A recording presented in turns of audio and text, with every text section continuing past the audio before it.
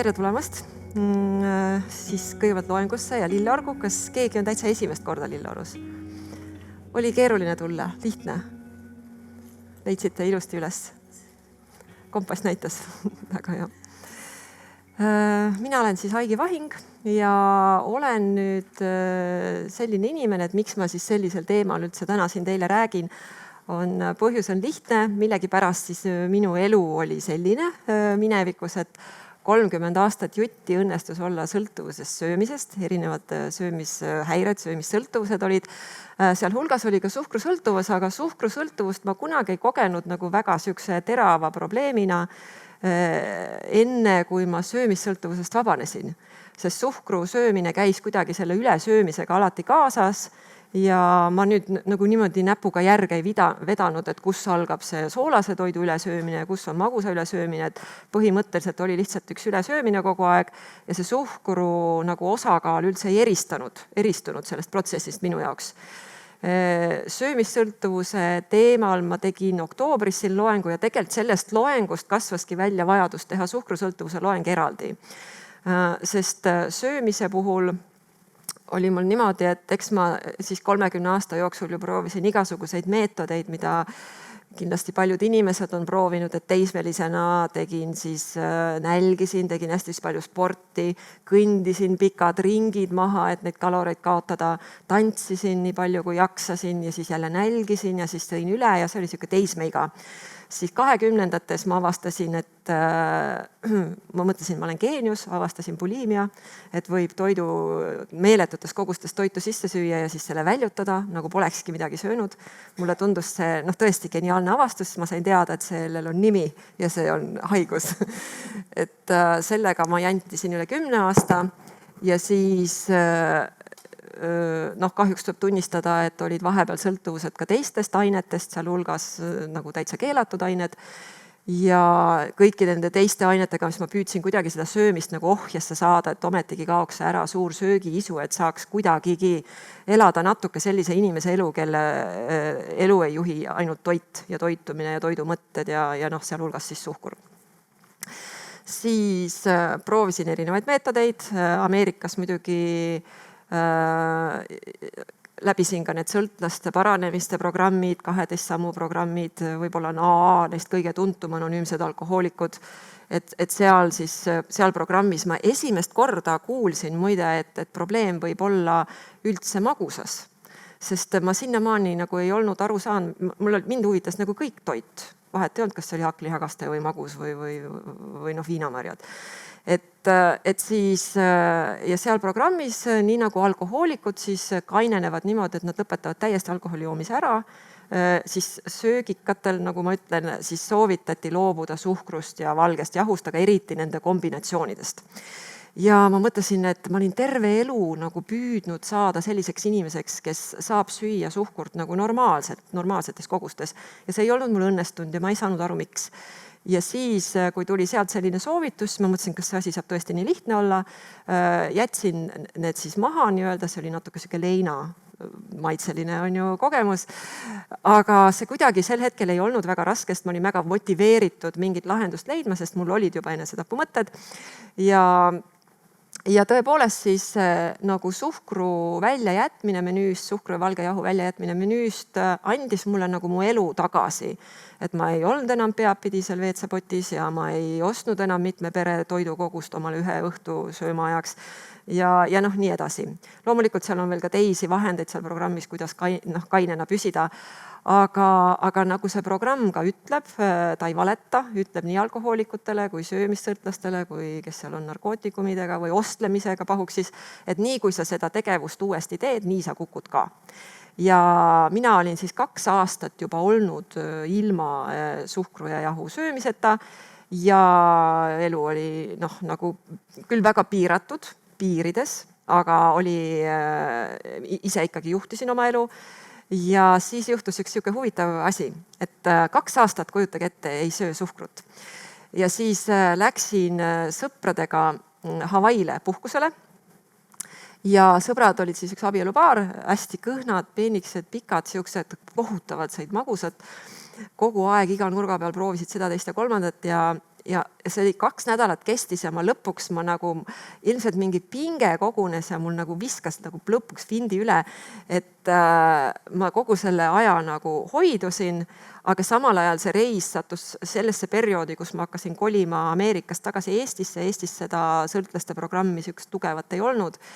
Ja ma nagu hakkasin jääma ilma selle toeta, et näiteks New Yorgis on 100 kohtumist nädalas. 100 söögisõltlaste kohtumist nädalas, vali milline tahad, Manhattanil, Brooklynil, ükskõik kus. Ja Eestis siis oli 1 nädalas ja seal ei olnud tugiisikuid, seal ei olnud, ühesõnaga seda raamistikku nagu ei olnud. Ja siis juhtus sihuke asi, 2 aastat oled ilma suhkruta, võiks ju arvata, et inimene enam ei libastu. Mis ma tegin, mul oli niuke pinge oli kasvanud selle 2 nädalaga, et nii kui nad viskasid mu lennujaama ära, nad ise jäid veel sinna, ma läksin kommipoodi, šokolaadipoodi, võtsin sealt riiulilt mingi sihukese paki šokolaadi, mingeid munasid, istusin esimese ettejuhtuva vingi peale, sõin selle tühjaks ja siis vaatasin, et mis nüüd siis juhtus. Et põhimõtteliselt ma ju murdsin oma kainuse seal programmis, avastasin õudusega, et see ei ole mitte kusagile kadunud, see millest ma olen hoidunud 2 aastat, et tegelikult mingit progressi pole olnud. Ja see tegelikult... Aga nagu iga inimene, kes on võib-olla juba 1000 kordi oma elus libastunud, nagu ei taha igast sellest libastumisest depressiooni auku ka sattuda, siis ma lihtsalt kuidagi jätsin selle sündmuse kõrvale, nagu seda polekski olnud. Ja siis Eestisse jõudes ma kuulsin teadliku muutuse kunstikursustest. Terapeut soovitas kindlasti sinna minna, mitte suhkru ega söömissõltuvuse pärast, ta ei teadnudki, et mul see on, sest sel ajal, või siis ma vist olin juba meedias rääkinud, aga tema oli mu terapeut olnud 10 aastat, et tema ei teadki seda asja. Ja soovitas minna, kuna ütles, et mul on nii palju emotsionaalseid pingeid, et see on hakanud juba füüsisele mõju avaldama, et ta soovitab minna neid, vabastada neid pingeid. Ja siis see oli siis see esimene koht, kus ma sain aru, et asi ei ole niivõrd nendes ainetes, suhkrus ja valges jahus, sest praegu ju enne seda loengut ka ma surfasin interneti läbi, et mida selle kohta siis räägitakse, sest minul on teiega jagada oma kogemus ja siis on veel üks kogemus, mida me leiame, kui me surfame internetis eesti ja inglise keeles. Ja seal põhiliselt ikkagi rõhutakse nendele ainetele, et suhkru söömine avaldab nii füsioloogilist mõju kehale kui biokeemilist mõju. Ja siis sellest emotsioonide või iseloomu osast räägitakse suht vähe. Aga mul on huvitavat infot teiega täna jagada ja loodetavasti saan anda teile mõned vihjed ka, kuidas sellest teemast hakata välja tulema, kui kellelgi peaks olema huvi. Nüüd, mis ma endale siis üllatuseks avastasin, ma panin siia korralikult mitte väga pehme pildi, et ma avastasin siis, et teadlased, mina ei ole teadlane, mina olen kõik need eksperimendid teinud enda peal läbi, ma ei ole teaduslikke uuringuid kellegi teise peal teinud, et mis ma avastasin on see, et teadlased on hetkel 2 leeri tõmbunud. Ühed teadlased ütlevad niimoodi, et suhkrusõltuvus ei ole sõltuvus, et sellel ei ole potentsiaali muutuda sõltuvuseks ja nad ütlevad ka, et ei ole suhkrust loobumisel ei ole mingeid võõrutusnähtusid. No mina tean juba vähemalt 10 inimest, kes on mulle kirjeldanud kohutavaid võõrutusnähtusid seoses suhkruga, et ma ei tea siis, kuidas see teadus siis sealt edasi areneb. Siis teised teadlased on seda meelt, et see ikkagi on sõltuvus ja siis ma natuke näitan paari slaidi peal ka, kuidas see siis välja joonistub sealt. Nüüd, miks siis siukene, miks ei võiks seal lihtsalt olla kommipilt või siuke päris korralik räige pilt on see, et kellel on olnud suhkrusõltuvus, seal on erinevaid astmeid. Üks on see, et sa lihtsalt pead saama magusat. See ei ole enam niimoodi, et tahaks nautida või tahaks natukene midagi, sa lihtsalt pead saama. See on siuke tung, et sa lihtsalt pead saama. Ja see inimene, kes peab saama magusat, ei ole tal kahju rahast, kui on vaja taksoga bensiinijaama sõita, ei ole tal kahju kilomeetritest, mis tuleb läbida, et sinna külapoodi minna ja oma kommik kätte saada. Ühesõnaga, see inimene läheb maa alt, maa pealt läbi betoonseina, et siis saada oma see magus kätte. Või siis ta elab niimoodi, et ta garanteerib, et tal on see nii-öelda mustadeks päevadeks magus alati olemas, aga mustad päevad ei tähenda siin siis mingit vaesust, vaid seda, et tuleb must meeleolu ja sul on vaja, et sul see šokolaad oleks kotis olemas või need lemmikkommid kuskil kapis vähemalt. Nüüd, et üks on siis see, et sa pead saama, teatud hetkedel sa lihtsalt pead saama. Teine suhkrusõltuvus on siis see, kui sa nagu mõni inimene näiteks võib-olla avastab, et ta ei saa ühtegi einet süüa, ilma et ta sööks midagi magusat sinna otsa. Et alati peab olema see magustoit seal otsas või see komm seal otsas ja vahepeal mingid snäkid ka magusad. Et see on teine ja see võib hakata inimest ennast häirima, sest ta avastab, kui sõltuv ta sellest on ja kui näiteks teinekord on mingi eine, kus ei anta magusat, siis tekib rahutus, tekib ebamugavustunne, tekiks siuke nagu vajadus seda ikkagi kuskilt saada. Nüüd minu suhkrusõltuvus oli natuke räigem selles mõttes, et kõige hullem episood, mis mulle meelde tuleb, on siuke tragikoomiline. Et ma elasin siis Ameerikas, Los Angeleses ja ma just olin hakanud aru saama, et kui ma buliimiast ei vabane, kellel on mingi hästi tugev sõltuvus, kas või alkohol näiteks või buliimia, siis te teate, et sa nagu elad oma nagu seda nähtavat elu ja siis sa elad seda nähtamatut elu. Ja see nähtamatu elu, sa elad nagu kahte elu. Ja kui sa tahad nähtavas elus midagi saavutada, mingit professionaalsuse taset omandada, millestki nagu lendu tõusta nii-öelda, siis see teine elu on nagu sangpomm su jala küljest, ta ei lase sul lendu tõusta. Et sa, muidugi on, öeldakse ka siukseid terminid on nagu high functioning addict, kõrgelt funktsioneeriv sõltlane, et kelle elu väljastpoolt ongi, paistab, et ongi korras, aga tegelikult tema ise teab oma sisemist potentsiaali, milleks enamaks ta võimeline oleks.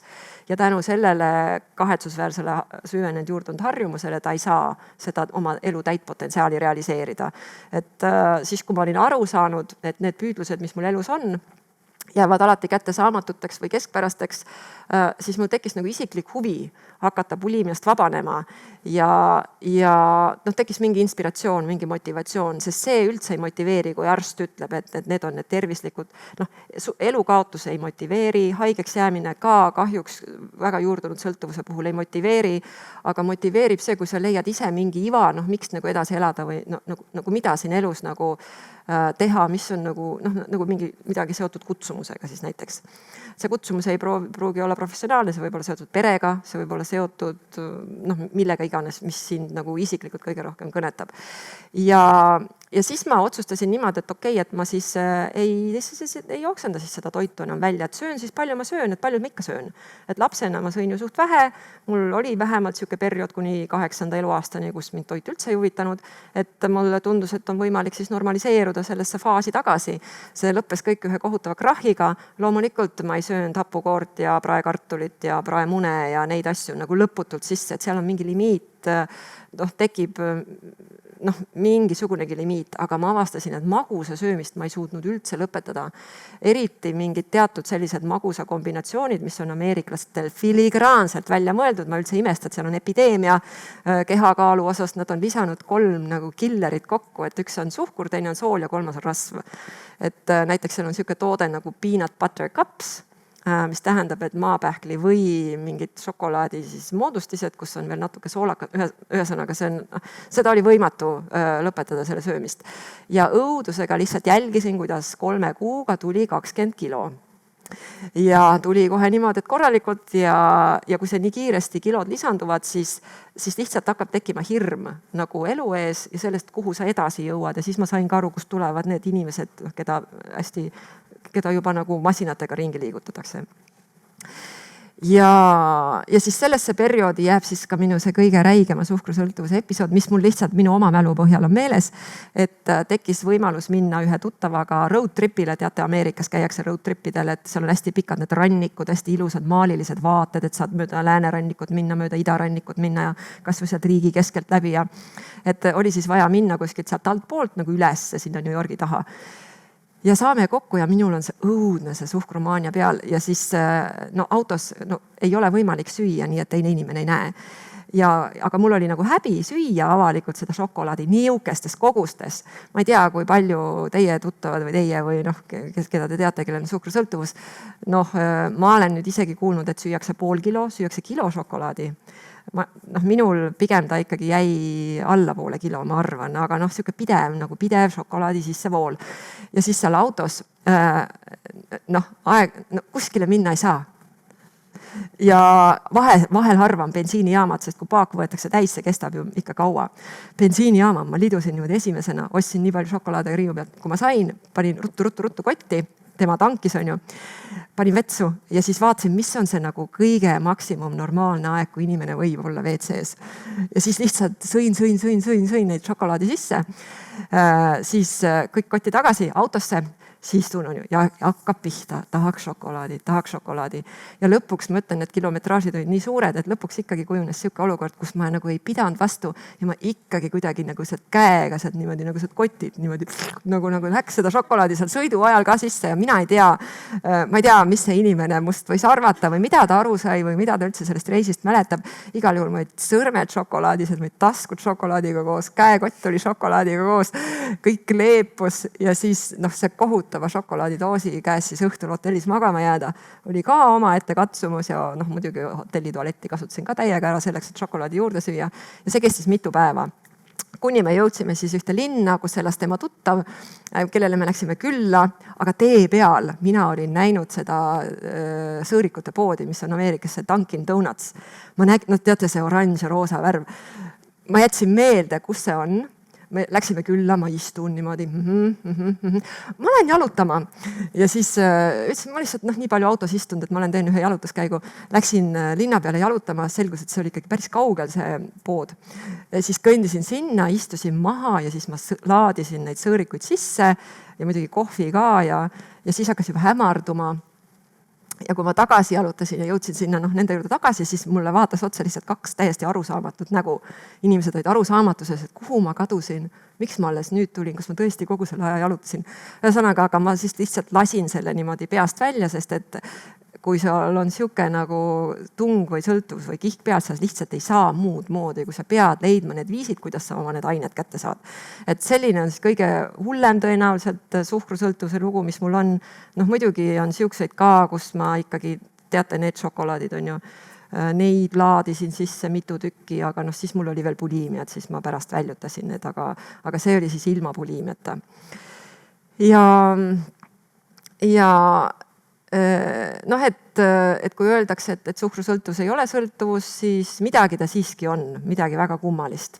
Nüüd see teema ei ole üldse lihtsate killast, seepärast, et suhkrul on erinevad mõjud inimesele, on nagu ma ütlesin, füsioloogiline mõju, biokeemiline mõju ja lisaks on siis emotsioonidest tingitud harjumuste komplekt, mis on tekkinud teatud olukordadest kindla peale suhkrut süüa, ilma üldse ei saa. Et kui inimene tahab hakata suhkrusõltuvusest vabanema või kas või võõrudust läbi tegema, siis ta seisab silmitsi nagu vähemalt teadaolevalt 3-kordse tungi või jõuga, mis nagu ei lase teda sellest haardest vabaks, et ilmselt seal on komponente veelgi. Nüüd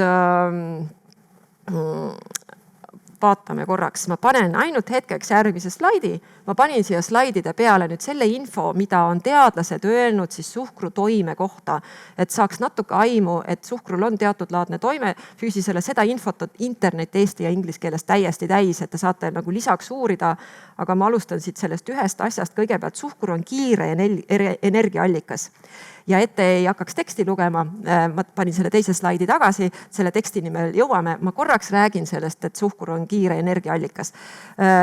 Uurisin siis veel, kuna teaduslikult ja kultuurajalooliselt ja nii edasi, mul ei ole teadmisi suhkrust, mul on ainult see minu enda isiklik kogemus, mis ma suhkruga olen teinud ja kuidas ma olen sellest vabanenud.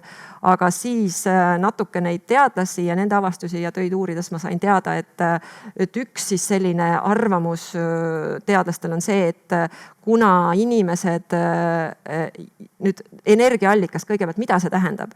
Energia all on siin peetud silmas ikkagi toiduenergiat, toidust saadavat energiat ehk keemilist energiat, et see ei ole emotsionaalne energia, see ei ole need emotsioonid, mida me tunneme, see on nagu toiduenergia.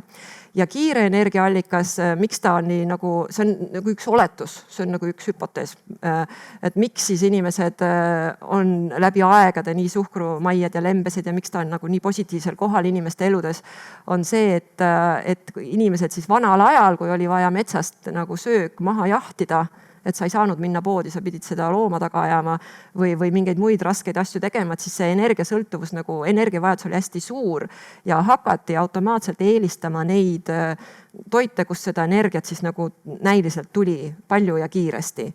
Et ma ei tea, kas see nüüd siis võiks olla see faktor, miks kui suhkur lõpuks inimesteni jõudis, ma sellest räägin ka natuke, et siis see nagu suhkru positiivsus nii kiirelt tõusis ja siis nii püsivalt jäi meiega. Et võib-olla see on üks põhjus, loomulikult keegi meist enam toitu metsast ei jahi endale, majasid ehitavad endale väga vähesed ja siis ka mitte niimoodi, et hommikust õhtuni, et me tegelikult ei tee enam sellist füüsilist tööd kindlasti, et seda suhkrut vaja oleks ja mis puudutab vaimset tööd, siis selleni ma jõuan ka nagu loengus natuke edasi. Et mis sorti suhkurt seal nagu vaja oleks. Aga lühidalt suhkru ajaloost, see on Vikipeediast, et selles mõttes, kui kedagi huvitab rohkem, võite minna sinna, ma lihtsalt harisin ennast ka natuke enne seda loengut, sest minu kogemus baseerub tõesti ainult minu enda selle empiiriliste katsetega, mis ma olen siis 30 aasta jooksul teinud ja nüüd siis olles TMK praktik viimase 7 aasta jooksul, et sellest teemast mitte vabaneda niimoodi, et ma pean elu lõpuni dieedi peale jääma, elu lõpuni piirama ennast suhkru osas, vaid ikkagi täitsa niimoodi vabaneda, et see polegi enam mingi teema. Ja tuleb tunnistada, et suhkur on olnud kõige raskem nendest. Bulimia oli päris raske vabaneda, ülesöömine oli üllatavalt kerge. Ülesöömine on see, et sa lihtsalt sööd hästi palju igasugust toitu. Ja need, kes on mul käinud kursustel, kus ma õpetan TMK-d selle sama nurga alt, ka nendelt ma kuulen, et ülesöömine nagu vabaneb küllalt kiiresti, kui inimene on motiveeritud ülesöömist vabastama, ülesöömisele õhutavaid emotsioone vabastama. Aga suhkur on nagu mingi riugas, mis nagu jääb ikkagi natukeseks ajaks. Et minul siis bulimia kõigepealt läks siis ülesöömine, siis piiramine, sest piiramine, see pidev dieedi pidamine, see pidev vajadus kontrollida kogu aeg, et mida sa sööd, mida sa ei söö, kui palju sa sööd, see läks siis järgmisena ja kõige viimasena siis läks kõige sitkem oligi suhkrusõltuvus. Nüüd suhkru ajaloost nii palju, et mitmed allikad siis viitavad Indiale, et India oli siis see, kus juba iidsetel aegadel hakati tootma suhkurt, et enne olid need magusallikad olid mesi ja kuivatatud puuviljad, kui avastati suhkruroog, seda ma ei tea, kas see oli juba Indias olemas või see viidi Indiasse, igal juhul seal see suhkur siis tuli nagu päevavalgele ja ta muidugi seda hakati ka välja viima, aga ta ei muutunud enne ülipopulaarseks, kui Indias õpiti ära, kuidas teha suhkrust neid samu kristalle. Et siis ta nagu plahvatas massiliselt ja siis hakati juba viima nagu igale poole. Ja huvitav on ka see, et sellele kristallile anti Indias nimi, selle nimi oli Khanda ja siis väidetavalt sealt pärineb sõna candy, mis on inglise keeles siis komm. Väga huvitav. Ja siis seda siis viidi koos selitatud võiga ja siis suhkurt koos selitatud võiga siis veeti Indiast välja. Aga nüüd üks huvitav nüanss veel, et Indias algselt see suhkur nagu ei olnud kasutuses nagu inimeste jaoks, vaid seda pakuti tseremooniatel nagu kõige vägevamale või sükst nagu pidulikudel, sükestel pühalikel sündmustel pakuti nagu kui kõige paremat asja, mida inimestel siis nagu oleks pakkuda. Võib-olla see seos on siis sellest, et kui see jõudis Euroopasse, ma ei tea, ma olen ka lugenud ühte raamatut, mille nimi on Sugar Blues. Blues on siuke melanhoolne laul. Seal raamatus räägiti hästi palju sellest, kuidas suhkur nagu süvendab depressiooni, tekitab melanhooliat lõpuks tänu nendele üles-alla kõikumistele. Aga seal oli öeldud, et suhkrut siis alguses pakuti kõrgseltskonnale pidudel natsakese, nagu mingid väga, nagu mõnedel pidudel võib-olla kunagi New Yorgis 80-ndatel narkootikumid tarbiti näiteks. Et siis niimoodi natukene, et meeleolu tõstmiseks, et ta ei olnud siuke, et lähed ostad omale kilo šokolaadi ja sööd ära. Et oli ka kallis, aga sealt ta nagu liikus ikkagi massilisemasse tootmisesse ja siis see nõudlus suhkru järgi, mis tekkis see nõudlus, siis ka väidetavalt oli üheks põhjuseks, miks osade mandrite pealt viidi ühed inimesed teiste mandrite peale sellele nõudlusele vastama siis nagu orjatööle, et inimesed saaksid seda suhkrut tarbida nii palju, kui neil isu on. Et võt siuksed väga tugeva mõjujõuga aine on see siis olnud inimkonnas nii varem ja praegusest ajast ma ei räägi üldse. Ma ei tea, kas neid numbreid saab uskuda, aga üks Eesti teadlase sõnul on 50% Eesti meestest ülekaalulised. ühe allikal 50% Eesti inimestest üldse on ülekaalulised ja aastaks 2035 või 2030 ennustatakse, et see suhkru liigtarbimise tõttu, siis seda ma kohe näitan ka, mis toimub, see sihuke üles-alla nagu liikumine kehaprotsesside mõttes lõpuks päädib sellega, et keha lihtsalt ei tooda enam seda insuliini, mida on vaja, kohe ma näitan, mille jaoks, et siis sellest areneb välja see ühte teatud liiki diabeet ja et see on nagu ka juba väga-väga kõvasti kanda kinnitamas number 1 haiguste hulgas. Et sellest, kui kahjulik on suhkur, sellest räägitakse hästi palju, et mina täna sellest ei räägi, sest mina ise ei ole ka selline inimene, kes suhkurt ei söö. Minul on täna niimoodi, et mul ei ole tungi suhkru järgi, aga ma ka ei väldi seda. Et ma räägin nagu selle nagu sihukese loo ka ära, et kuidas ma selleni jõudsin ja mis katsed ma tegin ja mis nende katsete tulemused olid. Et selline on siis suhkru ajalugu. Ja nüüd, kui vaadata, siis mida see suhkur teeb, et ta teeb laias laastus kehas kahtesid protsesse, ühed on füsioloogilised, teised on biokeemilised. Füsioloogilised on siis sellised, et suhkur on kiire energiaallikas. Siin ka teadlased jagunevad 2, et ühed alati räägivad nii, et meil on vaja suhkurt, teised ütlevad, et meil ei ole valget suhkrut, meil on vaja teatud laadi suhkruid, eks meil on vaja teatud laadi süsivesikuid, et see on tõsi. Et need teadlased, kes ütlevad, et meil on vaja suhkrut, siis nad tegelikult põhimõtteliselt võiksid olla natuke täpsemad võib-olla, sest et ma ei tea küll ühtegi allikat, kes ütleks, et inimese kehal on valget suhkrut üleüldse vaja. Põhimõtteliselt ta on meelelahutus. Et seal ei ole nagu mingit toiteväärtust inimese, et tervist sellega üles ei ehita ja keha jaoks teda põhimõtteliselt pole vaja, küll aga on vaja süsivesikuid. Nüüd, mis siis juhtub, kui me suhkrut sööme füsioloogilises plaanis? Et ütleme, kui inimene ei ole saanud piisavalt süsivesikuid, veresuhkrutase langeb. Näiteks mina ka täna sõin päeval sihukest toitu, mul oli kiire ja siis ma tegin lihtsalt, praadisin mingit sihukest nagu, vabandust väljendist, liha, et võib-olla mõni teist on taimetoitlane, ärge siis pahandage. Praadisin liha ja mul on elukaaslane ka, kes ei ole taimetoitlane ja siis brokkolit, arutasin brokkolit ja kiiresti sõin selle ära ja pärast ikkagi tekkis see, et nagu siis ma mõtlesin, et pagan, süsivesikuid ei olnud, et tegelikult oleks pidanud olema mingit teravilja ka juures. Et siis, kui veresuhkrutase langeb, siis me hakkame tundma ennast väsinuna ja nõrgana. Ja kui me jällegi tarbime süsivesikuid, siis energiatase tõuseb ja tajutakse ka meeleolu tõusu. Et kui pole neid süsivesikuid, siis läheb niimoodi ja kui neid on, siis nagu kõik läheb positiivseks, et see on nii lihtne. Et meie alateaduse jaoks siin ei olegi mingit keerulisust, et see on väga lihtne valem, kui on halb ja kui on, siis on hea.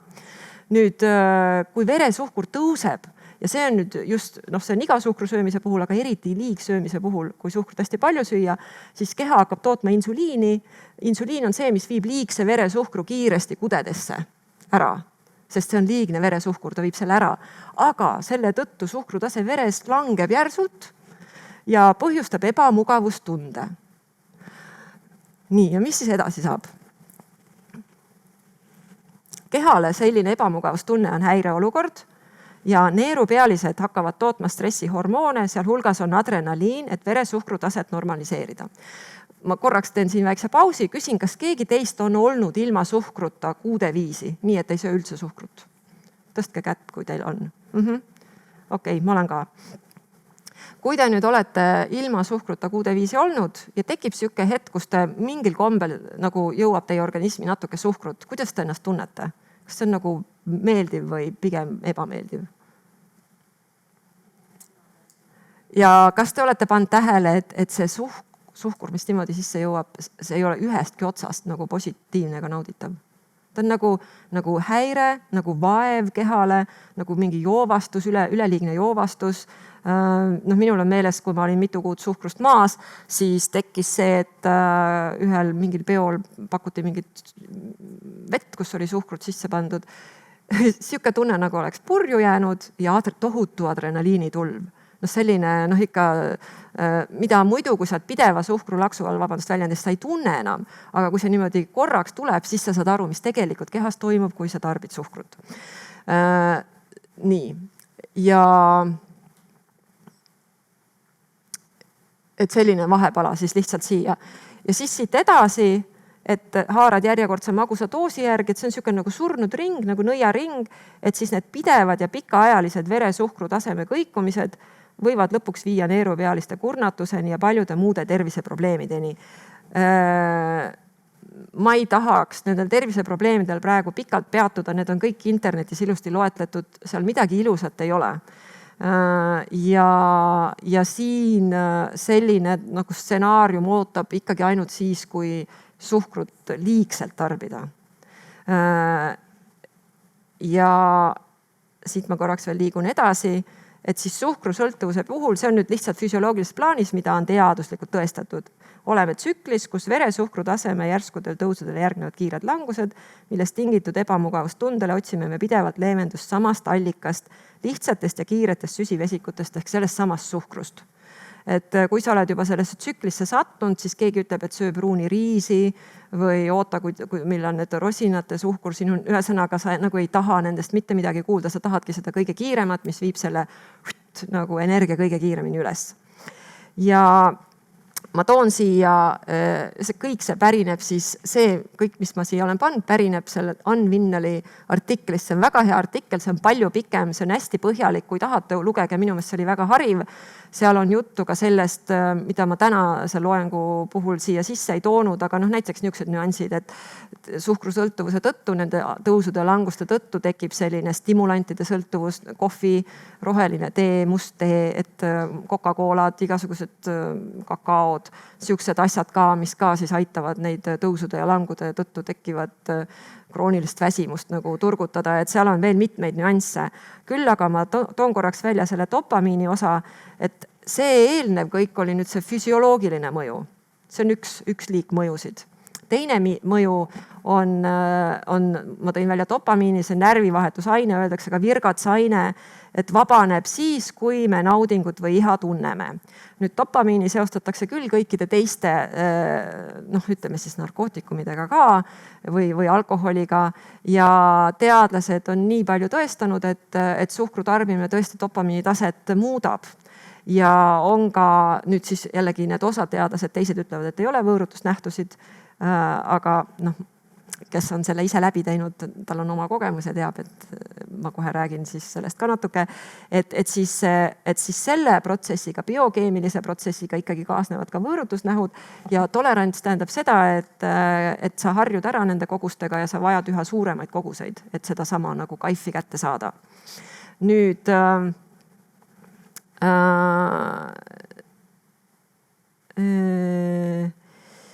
mõtlen, mis ma võtaks järgmiseks teemaks. Ma korraks panen selle eelmise slaidi tagasi. Siin kõige lõpus on niisugune lause, et me tunneme ennast hästi vaid siis, kui siin kirjaviga, kui veresuhkru tase pole ei liiga kõrge ega liiga madal, vaid optimaalne. See on see lahendus, mida tegelikult täna pakutakse suhkrusõltuvusest vabanemiseks. Et ma surfasin interneti läbi, see on põhiline lahendus, mis pakutakse, on see tasakaalustatud toitumine, tasakaalustatud elu. Nüüd endise suhkrusõltlasena ma võin öelda, et mitte mingisugust tasakaalustatud toitumist ei ole võimalik teha, kui kogu su süsteem karjub, et nüüd kohe on vaja suhkrut ja kui sa kohe suhkrut ei saa, sa sured ära. Et see tasakaalustatud toitumine on võimalik siis, kui ei ole enam neid emotsioone, mis ajavad sind suhkru järgi minema. Ja nüüd siin loengu ühes osas ma ka natuke selgitan lahti, et mis on selle füsioloogilise mõju minu kogemusel, mis on biokeemilise mõju minu kogemusel ja mis on siis emotsioonide mõju minu kogemuse põhjal. Ja kuidas seal nagu navigeerida siis, kui sa juba näiteks oled teadliku muutuse kunstikursused läbinud ja oskad emotsioone vabastada või kui sa ei ole ja ei oska emotsioone vabastada. Et siis on nagu kaks erinevat võimalust, mida teha. Aga siia siis räägin nüüd selle kuulsa rottide loo ka, et ilmselt paljud teist on kuulnud, et on tehtud katseid väikeste rottidega siis suhkru ja kokaiiniga, et rotid on puuris, et puuris on siis saadaval suhkur ja kokaiin ja siis see info, mis minul siiani oli see, et rotid jooksevad kohe selle suhkru juurde. Nüüd uurisin asja lähemalt ja sain vahepeal teada, et rotid, isegi kui nad on viidud sõltuvusse kokaiinist, nad jooksevad tõepoolest esimese asjana suhkru juurde, aga nad iial ei tarbi suhkrut nii palju, et nad saaks sellest üledoosi. Kusjuures, kui jätta rotid puuri ainult näiteks, see oli nüüd üks teine katse, mis tehti vedelikuga, mis on heroiinilahus ja paljas vesi, kui rottidel on ainult 2 neid asju, siis nad saavad lõpuks üledoosi, nad täidavad, sisustavad kogu oma päeva selle lahuse nautimisega, kuni nad saavad üledoosi. Et suhkrust nad üledoosi ei saa, aga see on ka väga loogiline, sest kes meistki suhkrust on üledoosi saanud. Ega minagi ju ei saanud üledoosi, kui ma seal road tripil oma seda šokolaaditrippi tegelikult tegin. Et suhkur on niisugune nagu pikem, aeglasem, vaiksem, surm võib-olla, siis ma ei tea, kas on ilus öelda, aga kui ta suhkru ületarbimine lülitab teatud protsessid kehas lõpuks niimoodi välja, et näiteks seesama insuliini lugu, et mingi hetk keha enam ei tooda seda insuliini niimoodi ja siis ongi see, mida me teame suhkruhaiguse nime all, siis igapäevane külaline sul. Et see on palju aeglasem protsess, loomulikult ei ole võimalik suhkrust üledoosi saada nii, et sa kukud kohe koha peal pikali. Et see on nagu pikaajaline protsess, pigem ta lihtsalt sööb tervise ära lõpuks. Aga siis ma puutusin veel kokku ühe huvitava materjaliga, kuidagi täitsa enne seda loengut see mulle kätte sattus ja muide enne seda loengut, ma teadsin seda loengut pikalt ette, ma tegin endaga ka mõned katsed ära, läksin suhkruvõõrutusse, viisin ennast sellest välja, et ma räägin neid katsete tulemusi ka. Aga siis see, mida, kui teil on huvi, siis võite vaadata seda materjali ka. Teate neid 15-minutilisi TED-tooke, on 15-minutilised videoloengud internetis, see on kahjuks küll 100% inglise keeles, seetõttu on see pealkiri ka inglise keeles, aga seal siis üks endine nagu narkootikumide sõltlane, kellel juba vist vanemad olid sellel rajal, et siis tema rääkis selle rottide katse palju sügavamalt nagu ette ja tema tõi ka selle lahenduse, läbi mille ma jõuan selleni, mis on tegelikult selliste raskete sõltuvuste probleem. Et see ei ole biokeemia ja see ei ole füsioloogiline probleem. Nagu meile väga sageli tegelikult mõista antakse, et justkui suhkur on süüdi selles, mis meiega toimub. Tegelikult suhkur on selge see, et ta on sõltuvust tekitav, aga ta ei ole niimoodi sõltuvust tekitav, et inimene ise oma elu enam valitseda ei saaks. See ei ole minu kogemus, et ei saa, saab küll. Aga siis see teine katse rottidega oli selline, et üks teadlane avastas, et aga miks panna rotid puuri ja anda neile ainult 2 asja? Miks anda ainult see heroiinilahus ja tavaline vesi? Annaks neile kõik asjad. Ja tehti siuke roti ideaalpark, pandi sinna juustu, pandi krõbinaid, pandi muru, pandi mida iganes toite, pandi mõlemast soost rotte, et neil oleks omavahel seal sebimist küllaga. Ühesõnaga tekitati siuke rottide paradiis ja selles paradiisis rotid ei läinud selle heroiinilahuse juurde. Nad ei läinud sinna. Ja teine, see ei ole nüüd katse, see on päriselt toimunud inimestega. Mina ei ole selle info juures olnud, aga see loengupidaja siis on uurinud seda teemat ja ju tema siis sai ligipääsu sellele infole, et Vietnami sõja ajal selgus 20% Ameerika sõduritest olid heroiini peal. Ilmselt sellepärast, et neil oleks võimalik see sõjakoledus läbida, aga ma ei tea, miks ja kust nad selle said ja kuidas see korraldatud oli. Aga kui nad tulid kodumaale tagasi, siis 95% nendest, neil toimus hetkeline võõrutus, keegi ei taht seda rohkem. Et selles mõttes, kui me nüüd räägime, et need ained on õudselt ohtlikud ja ainult need ained on süüdi, siis tegelikult seal on ikka muid faktoreid ka, miks inimesed jäävad sõltuvusse asjadest ja osad ei jää ja osad jäävad. Ja mis tingimustel. Et siis see loengupidaja, tema siis nagu jõudis selleni, et asi tegelikult ei ole kainuses, et see ei ole kainuse probleem, vaid probleem on tegelikult nagu selles, et kas sul on nagu inimväärne nagu kontaktidega elu, kus sa tunned ennast inimesena hästi. Et tema siis peab silmas, ütleme siis toome selle selle võrdluse selle rotipargiga, et sul on seal piisavalt teisest vastassugupoolest inimesi, kes on toredad ja sul on seal piisavalt süüa ja sul on piisavalt mängida ja sul on piisavalt kõike, mida sa hing võiks ihata elust saada. Et siis, kui me vaatame nagu heaolu ühiskonna elu, siis meil seda tegelikult ju põhimõtteliselt kõik on. Et ei ole ju niimoodi, et meil ei ole sõda, meil ei ole katku, meil on ju tegelikult suht okei elu. Jah, palgad on nii ja naa, maksud on nii ja naa, elukaaslased on nii ja naa, tervis on nii ja naa, aga põhimõtteliselt see rotipark nii-öelda, see paradiis, meil on ju tegelikult välimiselt olemas. Aga kus siis see tuleb see, et kus see põrgu siis tuleb? et kust tuleb see, et me väga tihti tunneme ennast elus, et meil ei olegi muud valikut, kas suhkur või see vesi. Noh, nagu sul rottidel oli see heroiini lahus või vesi, et meil ei olegi midagi muud elus võtta. Mina ei tea, kuidas teil või teie tuttavatel, aga minu kogemus on küll olnud elust selline, et olgugi, et väliselt on kõik korras ja võib-olla kõige drastilisem näide, kus ma tabasin, et väliselt on kõik korras ja sisemiselt pole üldse korras, oli see, kui ma olin sõpradega troopilisel puhkusereisil. No ei olnud rahapuudust, ei olnud sõprade puudust, ei olnud, elukaaslane oli seal, aga minu sisemaailmas oli täiesti radikaalselt vastupidine. Ma tundsin alaväärsust, ma ei tundnud ennast, et ma olen võrdne oma sõpradega, mulle tundus, et nad on kuidagi edukamad, ilusamad, paremad, saledamad, neil on mingid rahvusvahelised karjäärid, mina nokitsen siin Eestis. No see oli juba tükk aega tagasi, aga no ikkagi. Ja minu meeleolu läks aina süngemaks, kuigi nagu puhkus nägi välja nagu ideaalpuhkus. Ja siis ma mõtlesin, kuidas see ikkagi niimoodi saab olla, et väliselt on kõik korras, aga sisemiselt on kõik ikka täitsa pekkis. Ja nüüd ma siis jõuan selleni, mis meid siis vaevab, et me kogeme, et elu on see, et sul on ainult suhkur või sul ei ole mitte midagi. Või sul ei ole nagu muud varianti, kui siis jääda sellest, ma vabandust, nüüd ütlen süütust suhkrust nagu sõltuvusse. Et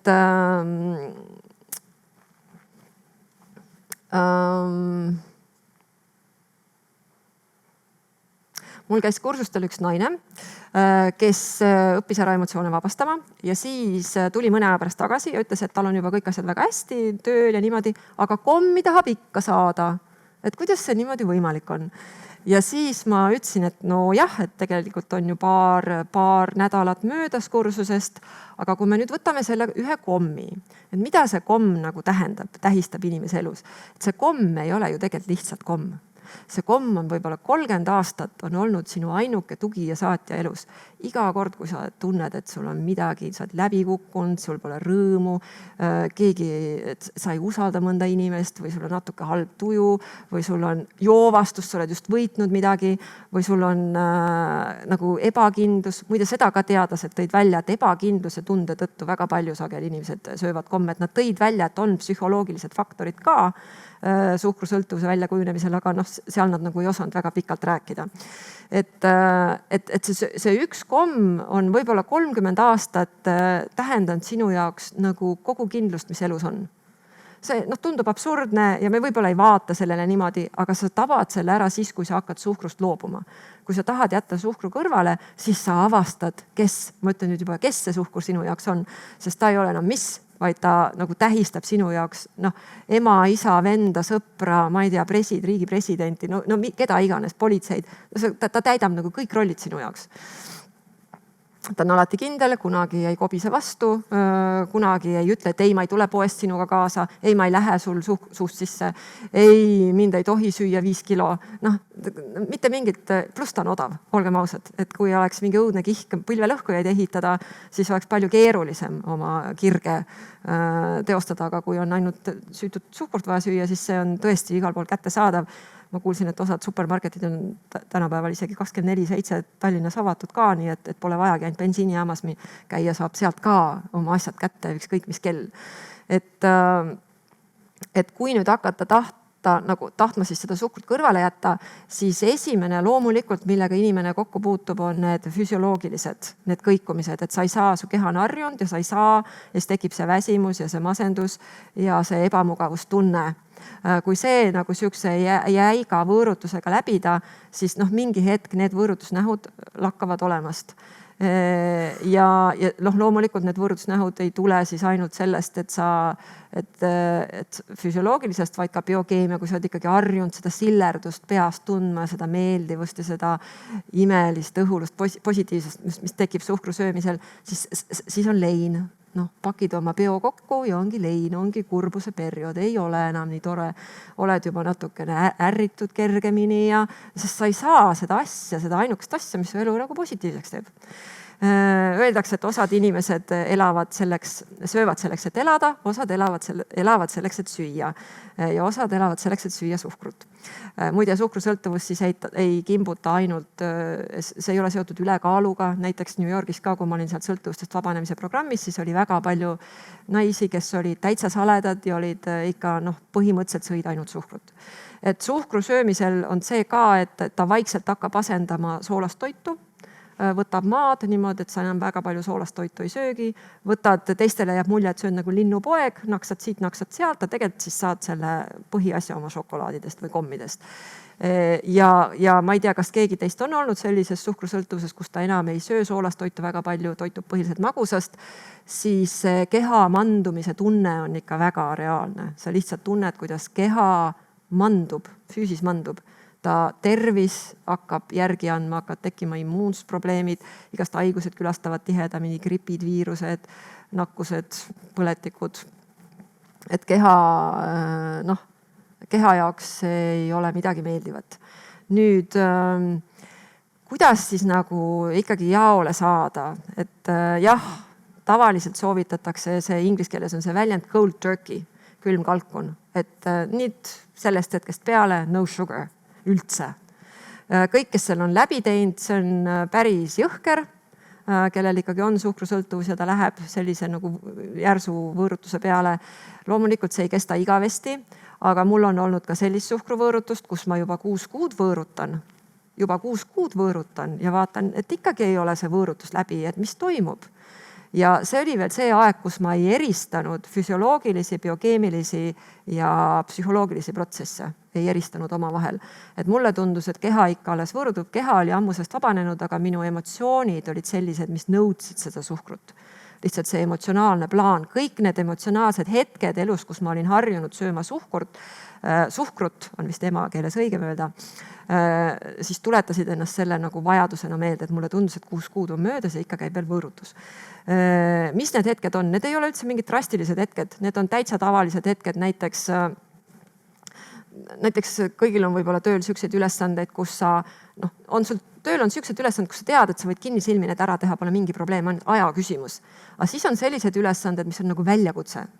Ja võib-olla see väljakutse, sa oled võib-olla 10 korda juba seda väljakutset teinud, aga iga kord sul on nagu natuke kõhe, et kas sa saad hakkama tähtajaks, kas sa teed selle ära nii hästi, kui oodatakse. Ja siis hakkab siginema sisse sihuke ebakindlus, ebateadmine, nagu tundmatus. Ja see tundub siuke ületamatu ja see tundub, et ilma suhkruta ei ole võimalik seda asja ette võtta. Lihtsalt ei ole võimalik. Ja neid asju tööl ja eraelus on veel mitmeid teisi ka. Näiteks minul vanasti oli see, enam mul seda ei ole, õnneks. Aga varem oli niimoodi, et kui vähegi lähedussuhtes tekkis siuke noot, et ma ei tea, kas asjad lähevad päris hästi, kohe suhkur. Kohe lihtsalt suhkur sisse ja tuim olla ja ei mingit probleemi. Et vahet ei ole, kuidas need asjad lähevad. Mul on juba hea. Et siis lähedussuhetega, tööasjadega seotud. Ega seal ju tegelikult väga palju rohkem teemasid ei ole. Muidugi on veel lapsed, hirmud laste pärast, hirmud raha pärast ja siuksed asjad. Et need on siis need põhitaldrikud, kuhu peale me selle suhkru laame, miks meil on seda vaja süüa. Nüüd, kui ei ole veel emotsioonide vabastamise tehnikaid, näiteks mõnel teie hulgast, siis esimese asjana kui kellelgi on soov hakata vabanema suhkrusõltuvuse teemast, siis ma soovitan teha ühte asja. Ma joonistan nagu hästi siva siia ühe siukse nagu diagrammi või kuidas seda nimetada, et tegelikult ma võib-olla ei peagi joonistama, seda saab teha, võib-olla on isegi niimoodi lihtsam, et seda saab teha ka nende protsesside põhjal, mis siin slaididel on. Ehk see on tegelikult, siin on teksti palju, aga see on tegelikult väga lihtne. Tekib see hetk päevas, muide, kui sul ei ole suhkruvõitlust, seda, et tahan, aga ei tohi, siis sa oled hetkel käega löönud ja sa sööd ohjeldamatut suhkrut kogu aeg nii palju, kui sa saad. Minul on selliseid perioode ka olnud. Ma ütlen ausalt, et mingi hetk hakkab kõhe, sest sa ei saa enam aru, millega see kõik lõpeb. Et kui see suhkru söömine niimoodi jätkub, et sa sööd päevas kogu aeg, suhkrut, et millega see lõpeb, sest siis tekib mingi kõhedus, ikkagi vist mingisugune mõistuse ollus või iva nagu kuidagi hakkab tööle, et sa saad aru, et sa peaks ikkagi hakkama piirama suhkru söömist. Siis tekib siukene nagu ilmselt see on siis surmahirm või hirm nagu tervis läheb täitsa käest ära, et seetõttu, et siis on kaks varianti. Üks on see, et sul on kõik trumm ja pulgad läinud ja sa oled ohjeldamatus suhkru söömises. See on tegelikult üks faas ühest tsüklist, mida ma tahan kirjeldada. Ja teine on see, et sul on see võitlus. Tahaks, ei tohi. Nüüd läks, mis nüüd saab? Ikka peab minema tagasi dieedi peale. Et see võitlus vast on kõige kurnavam ja kõige tüütum selle asja puhul.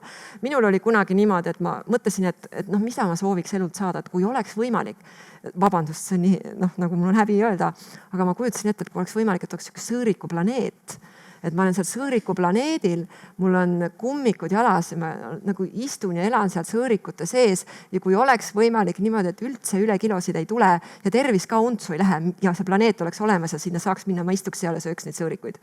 See oli siis, kui ma elasin selles rotikambris, kus oli ainult kas sõõrikud või mitte midagi.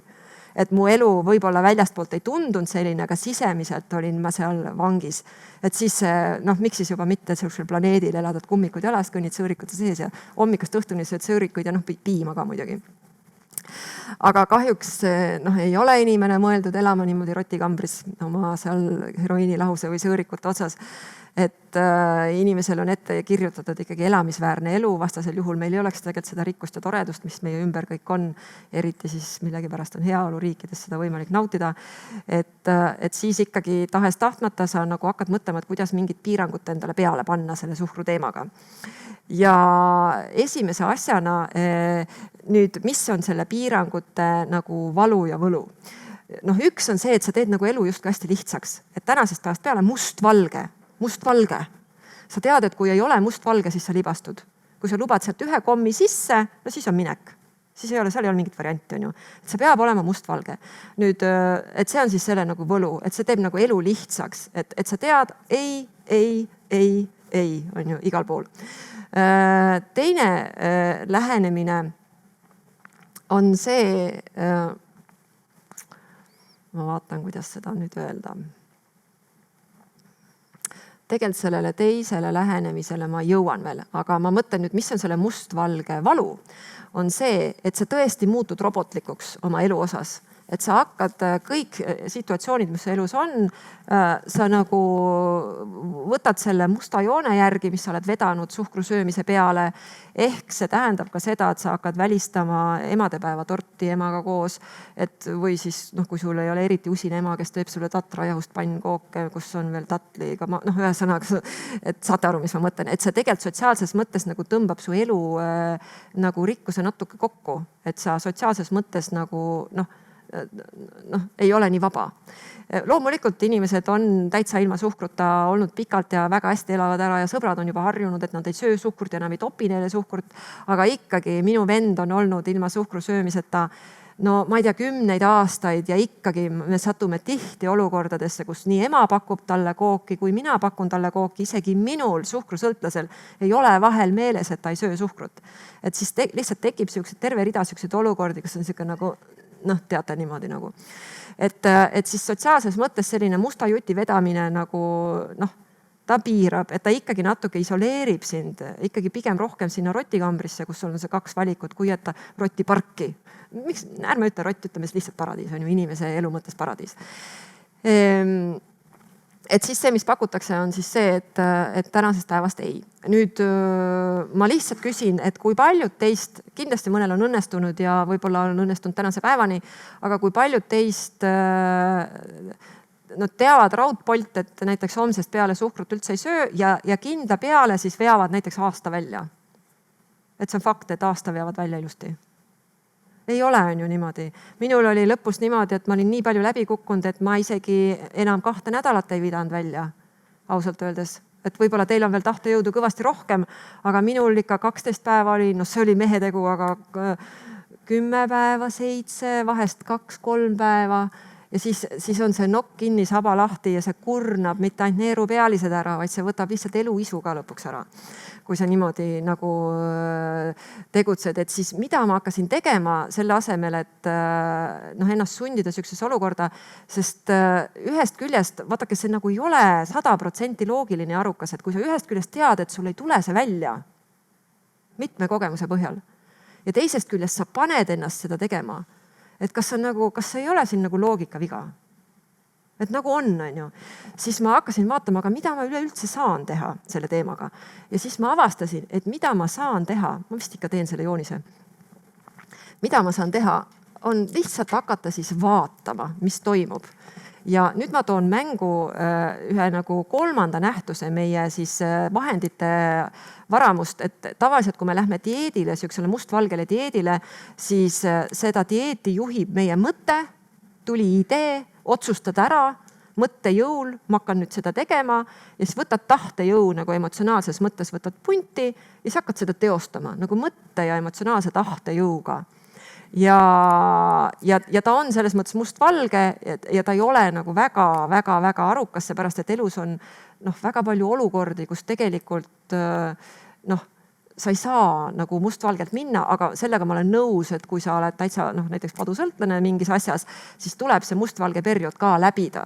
Et see on just selleks, et nagu oma sisemisi teemaneid nii-öelda siis ohjeldada, et see tuleb ka läbida, aga see tuleb nagu läbida minu kogemuse põhjal kavalalt, sest selline nagu hurraaga peale lendamine ei tööta. Miks ta ei tööta?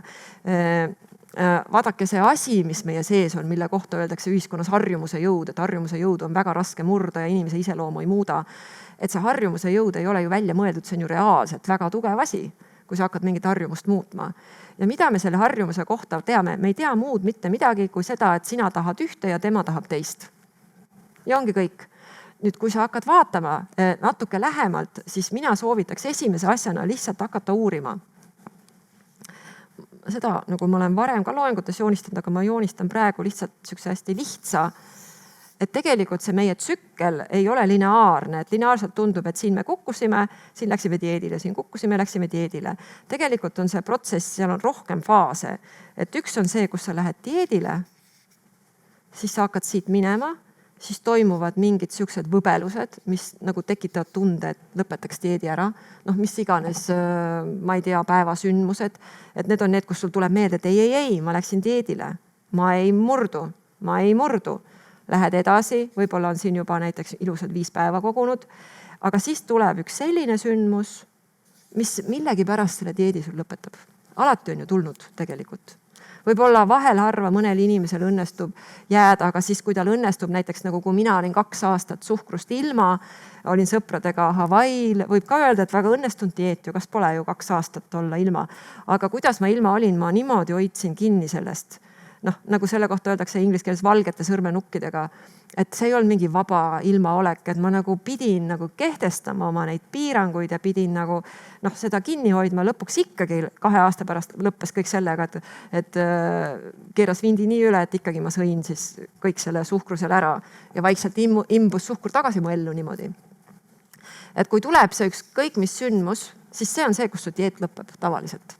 See võib olla mingi väike asi, näiteks üks ärritus, üks päev, teine ärritus, teine päev ja siis tuleb ema ärritus, see põhiline ja siis on kõik. Et see ei pea olema mingi suur sündmus, see võib olla suur sündmus, näiteks lahkuminek. Aga see võib olla ka lihtsalt mingid pisi argielu, mingid virvendused, mis päädivad sellega, et sa mõtled, ma lähen sööma, kõik. Nii, mis siis sellele järgneb? Kui palju siis seda heaolu seal on? Et algus natukene on nagu hea olla ka, eks ju. Et saad lõpuks ometi lõõgastuda, lõpuks ometi saad süüa ja nii palju on juba vastu peetud ilma. Hakkad sööma ja siis pärast seda tuleb süütunne, masendus, lootusetus, mõttetus. Ma ei saagi sellest lahti. Nii palju oli juba ära tehtud, kõik on juba vett vedama läinud. See on see, mis järgneb, eks. Ja kaua see kestab, oleneb. Ja kaua see söömine kestab, oleneb ka, sest vahest see osa kasvab väga pikaks. Näiteks sa võid niimoodi ka süüa. Hakkad sööma ja söödki lihtsalt kogu selle aja ära.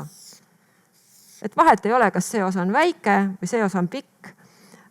Tahest tahtmata hakkab tulema ka järgmine sündmus. sa lähed oma eluga edasi ja oled kas söömises või oled masenduses. Ja siis tekib mingi niisugune sündmus, kus sul tekib nagu inspiratsioon uuesti dieedile minna. Sa võib-olla kohe ei lähe ja siis tekib mingi järgmine inspiratsioon dieedile minna ja siis tekib mingi ajend, mingi konkreetne ajend ja siis sa lähed jälle dieedile. Et see siis kordub kogu aeg. Nüüd vahest mõnede inimeste puhul, nagu ma ütlesin, nad on vaba langemises, nad on ainult selles söömises juba pikka aega, neil ei olegi mingi dieeti, aga tahes tahtmata siin varem või hiljem, no ma ei tea teiste kogemust, aga minu kogemus oli see, et lihtsalt hakkab õudne, et kuhu see lõpuks kõik jõuab. Millega see kõik lõpeb? Lihtsalt. Ja siis varem või hiljem sa nagu otsustad jälle korralikuks hakata. Mida ma soovitan tegema hakata alguses? Näiteks kui ma avastasin, et mu hammas ei hakka kogu selle asja peale, lihtsalt ei hakka. Ja kui ma avastasin, mul ei ole enam tahtejõudu isegi 2 nädalat näiteks olla dieedil või suhkrust loobumine on ka mingis mõttes dieedil olek. Et siis ma hakkasin vaatama lihtsalt nagu, mis juhtub tavaliselt nendes punktides ja selles ka ja selles on see, et me nagu paneme silmad kinni. Näiteks kui toimub see ebamugav sündmus, kus sa tahaks sööma hakata, siis selle asemel, et uurida, mis suga toimub, sa võtad selle mõtte, et ei, ma olen dieedil, ei, ma pean vastu pidama, ei, nüüd on vaja küll olla nagu tahtejõuline, et sa nagu rakendad oma nagu mõtlemist ja emotsioone, aga sa tegelikult üldse ei vaata, mis sinuga sel hetkel toimub. Kuidas see asi mõjub? Et kui sa hakkad vaatama, vaata kui huvitav, kolleegilt tuli siuke kiri. Kirjas nagu annab mõista, nagu ma oleks need asjad valesti teinud. Väga ebameeldiv tunne, üli ebameeldiv tunne. Õudselt tahaks süüa. No ilma toidutasid küll läbi ei lähe praegu. Sealt poest ma saaks praegu juba 10 minutiga selle asjaga. Vaata kui huvitav, et suunab mind sinna poodi minema. Et sa kogu selle aja teadvustad läbi, sest tavaliselt meil on siin 2 varianti. Kõik silmad kinni, tahan suhkurt, ei, dieet peale, mingit suhkurt, et siis nagu tahtejõuga, kellel enam tahtejõudu ei ole, see hakkab sööma. Ja söömise ajal samamoodi, ega me ei teadvusta. Nii palju võib-olla me saame aru, et sa avastad, et üks hetk, et ups, nüüd on see naudinguaeg möödas, see on suht lühike. Ma ei tea, mõned minutid või. Et siis on see naudinguaeg möödas, siis hakkab see sunnitöö, sest sa ju tead, et järgmine kord, et see on see ainuke aeg, millal sa niimoodi süüa saad, sest varsti saad jälle dieedil ja sa ei saa jälle süüa. Sunnitöö tähendab seda, et sa laed sisse nii palju kui saad, sest järgmine kord ju jälle ei saa ju. Ja siis on juba see, et no ma ei tea, kas nüüd läheb südapahaks, ei lähe südapahaks. No tegelikult ikkagi selle ühe šokolaadikoogitüki võiks ikkagi veel ära süüa. No ma söön poole tunni pärast natuke juurde. Hakkab see siuke nagu mängimine. Ja siis selle tegevuse ajal me ei teadvusta mitte midagi. Aga tegelikult võiks nagu jälgida, millal tegelikult see nauding lõpeb, kui pikk see nauding on. Millal lülitub sisse see hirm, et no nüüd on viimane kord, kus sa süüa saad, et enam sa ei saa ju, sa oled dieedil ja siis hakkad korralikuks. Palju sa selle hirmu ajal sööd? Millal nagu hakkab kehast väga konkreetseid signaale tulema, et no. Aga mis paneb sind ikka edasi sööma?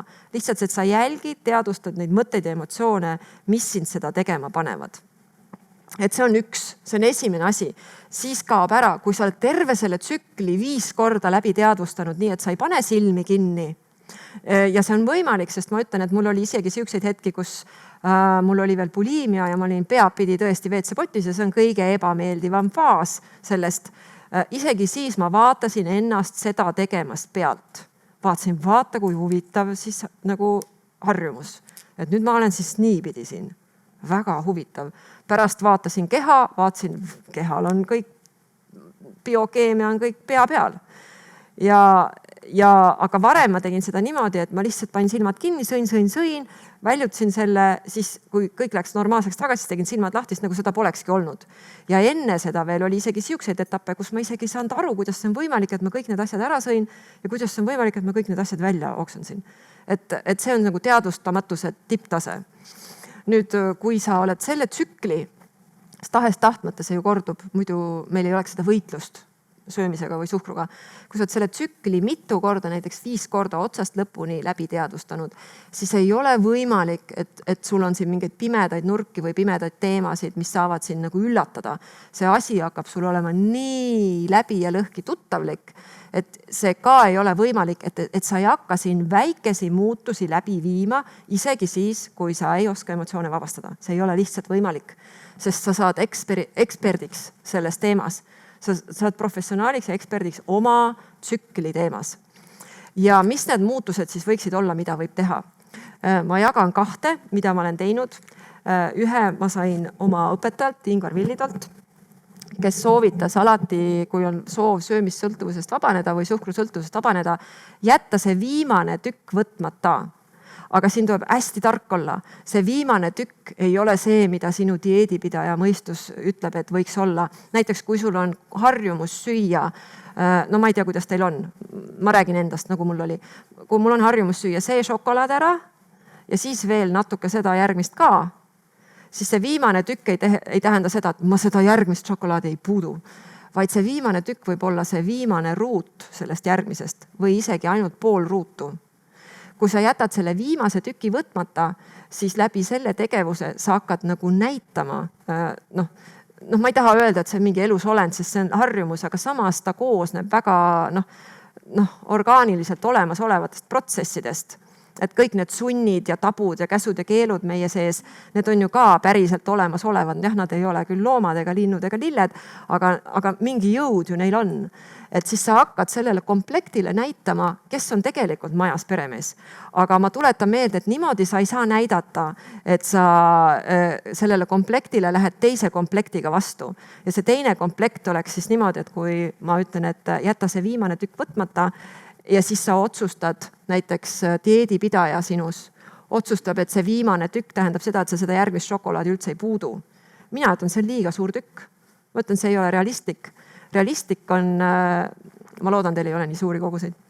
Realistlik on see, et sa sööd selle ühe ära ja sööd järgmise ja vaatad, mis see kõige viimane killuke on, mille sa saaksid järgi jätta ilma ühegi probleemita. Ja sa tunned selle killu väljajätmise ära selle järgi, et sul tekib selle väljajätmise ajal teatud nagu inglise keeles on selline sõna nagu empowerment. Et sa tunned, et sa oled nagu, et sul on nagu vägi, et sa oled nagu, sina oled siin peremees. Ja see on selle tendentsiga kaval ümberkäimine.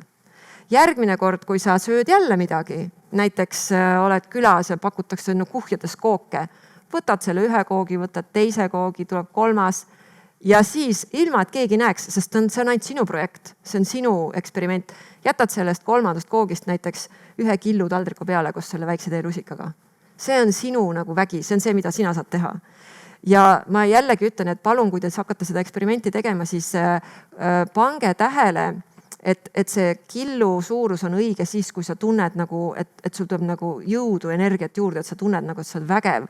Kui sa jätad liiga suure tüki välja, siis sul tekib see, et tahaks ikkagi seda ka ja nii kurb, et ma nüüd seda süüa ei saa ja siis sa oled nagu ohver. Ma ütlen, siis sa oled nagu täielik ohver.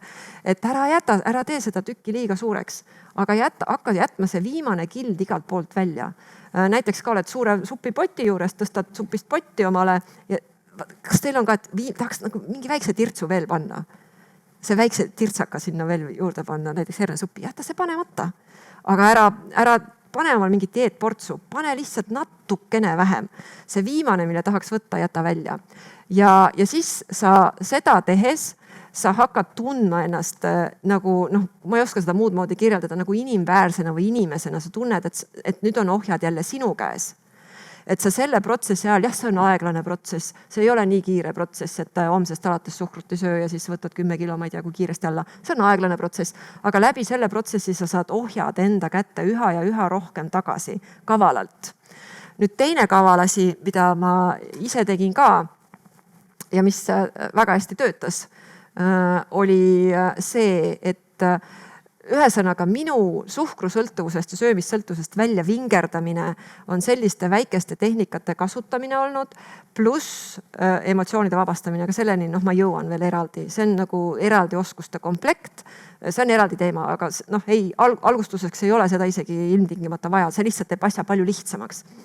Et teine, mis ma hakkasin tegema, oli see, et ma avastasin, mulle maitseb kohvi, on ju, suhkruga, vahukoorega, mulle maitseb kõik need tordid ja koogid maitsevad, kommid maitsevad, pähklid, rosinad, need asjad maitsevad, moosisai maitseb ja siis maitseb veel šokolaad. Ühesõnaga neid asju, mis nagu maitsevad, on palju. Loomulikult seal on mõned siuksed erilised tegelased, need jäta viimaseks. Aga võta sealt komplektist üks siuke, mida sul on kõige lihtsam, millest sul on kõige lihtsam loobuda. Ainult üks asi, näiteks moosisai. No näiteks moosisai.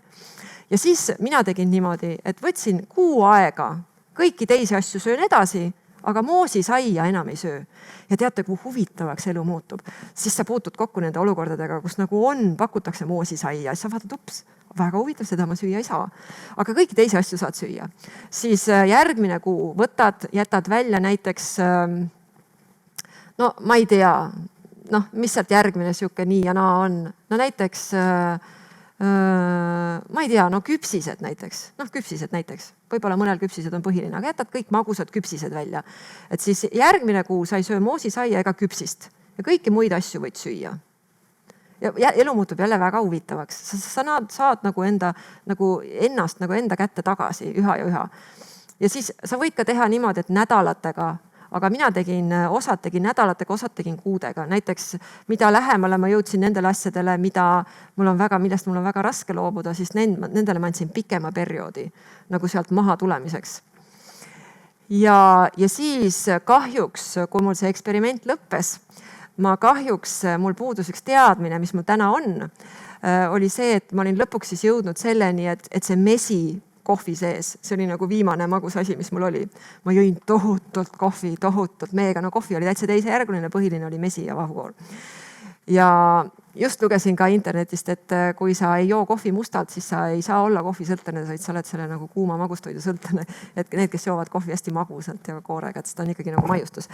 Et jäi see kohvi meega ja ma nagu olin avastanud, et ka meel on tegelikult selline mõju inimorganismile ja mul oli tekkinud nagu motivatsioon korraks nagu kogeda elu ilma nagu selle suhkru pideva mõjuta ja siis ma ei osanud nagu sealt nagu edasi minna, et ma ei osanud seda mett nagu kuidagi maha jätta. Täna ma tean, kuidas saaks mee ka maha jätta, kui tahaks, aga ma kohe ütlen, mis see on. Aga mis ma selle tulemusena, kuhu ma välja jõudsin, oli see, et ma olin nagu üle kavaldanud selle mehhanismi. Ta oli vaikselt nagu pidanud loobuma, kusjuures see oli põnev ja see oli vaheldusrikas ja see oli nagu, ei olnud piinarikas. Ma olin jõudnud punkti, ja kui need on nii pikad perioodid, siis sa tegelikult, nagu ma ütlesin, et kes on pikalt suhkrust ilma olnud, ega seda igatse taga tegelikult. Ei ole niimoodi, et pole näiteks mitu, nii kaua, kui on tekkinud see, et enam suhkrut ei taha, siis see tegelikult ei tahagi. Välja arvatud, kui tekivad sellised emotsionaalsed seisundid, nagu mul oli seal lennujaamas. Et siis see on nagu selle jaoks disainitud. Et siis selle meega ma ei osanud midagi teha ja nüüd ma ütlen, mida saab meega teha, kes tahab seda proovida. Et mul üks hea sõbranna, Terje Mander, on toitumisnõustaja ja tema käest ma sain teada, ma ise ei teadnud seda, et inimene ju ei tea ka kõiki asju. Et seda ma nagu tehniliselt ei oska teile lahti seletada, mul ei ole slaide ka, internet on seda juttu täis. Et kui tahta anda kehale, nagu on öeldud, keha süsivesikuid vajab, kui tahta anda selliseid süsivesikuid, mida kehal on kõige lihtsam omastada, siis need ei ole see ei ole suhkur, see ei ole väga paljud magustajad, ei ole seda, sest keha peab lõhkama need mingiteks alamaineteks, kus ta siis saab need oma ained kätte, aga on kaks asja, mida on hästi lihtne kehal omastada, sest seal on glükoos põhiliselt, on tatlid ja teine on viinamarja suhkur, ehk siis tõenäoliselt viinamarjanid ja rosinad. Minu jaoks tatlid ja rosinad, vanasti olid täitsa mõttetu toit, sest nad ei andnud seda kaifi, mida ma otsisin suhkrutoodetest. Aga nüüd, olles olnud nii ja naa igatepidi suhkruga ilma, siis ma tegin selle eksperimendi ära ja ma võin öelda oma eksperimendi põhjal, et see nagu tahaks midagi või nagu mul täna oli see, et sõin seda brokkolit ja siis seda proteiini ja süsivesikuid jäi puudu, siis need paar tatlit täiesti korvasid selle. Väga mõnus oli, väga kerge, mõnus, suhkrutase ei teinud mingeid erilisi jõnkse, et see tõesti töötas. Nüüd miks ma selle suhkruvõõrutuse tookord nii radikaalse läbi tegin, oli see, et ma tahtsin korraks kogeda elu ilma suhkruta. Ma tahtsin teada, mida see siis annab olla ilma suhkruta ja ma sain teada, et ööuni kahaneb, sa magad vähem. Mõnede inimeste jaoks on positiivne uudis, võib-olla vanemate inimeste jaoks ei ole, sest nad magavad niigi vähe, aga mina hea meelega magaks vähem kui 7 tundi või 8 tundi. Magad vähem, tõused erksamana, ei ole seda letargiat, neid jõnkse enam üldse ei ole, tervis on palju parem, ei ole põletikke, ei ole infektsioone, ei ole, ma ei tea, immuunsust, ei korja igat nakkushaigust üles, neid ei ole, palju vähem on mingeid äkilisi ootamatuid limaskesta põletikke silmas. Ja on mõnus, stabiilne, mõõdukas energia, tõesti on väga hea olla. Et kui meie maailm oleks teistsugune natukene, siis ma võib-olla oleks ilma suhkruta kogu aeg. Nüüd, miks... ja siis see võõrutus, et nüüd enne seda loengut ma tegin läbi lihtsalt eksperimendi mõttes suhkruvõõrutuse, et vaadata nüüd, kus ma olen ära vabastanud enamuses, mulle paistab need emotsioonid, mis ajavad nendel teatud valitud hetkedel suhkrut sööma. Sest ma ütlen, kas mõni teist on niimoodi ka olnud, et ta sööb nagu suhkrut mõõdukalt, näiteks vahel sööb. No on ette tulnud ikkagi elus siukseid perioode, vahest elu kingib siukse etapi.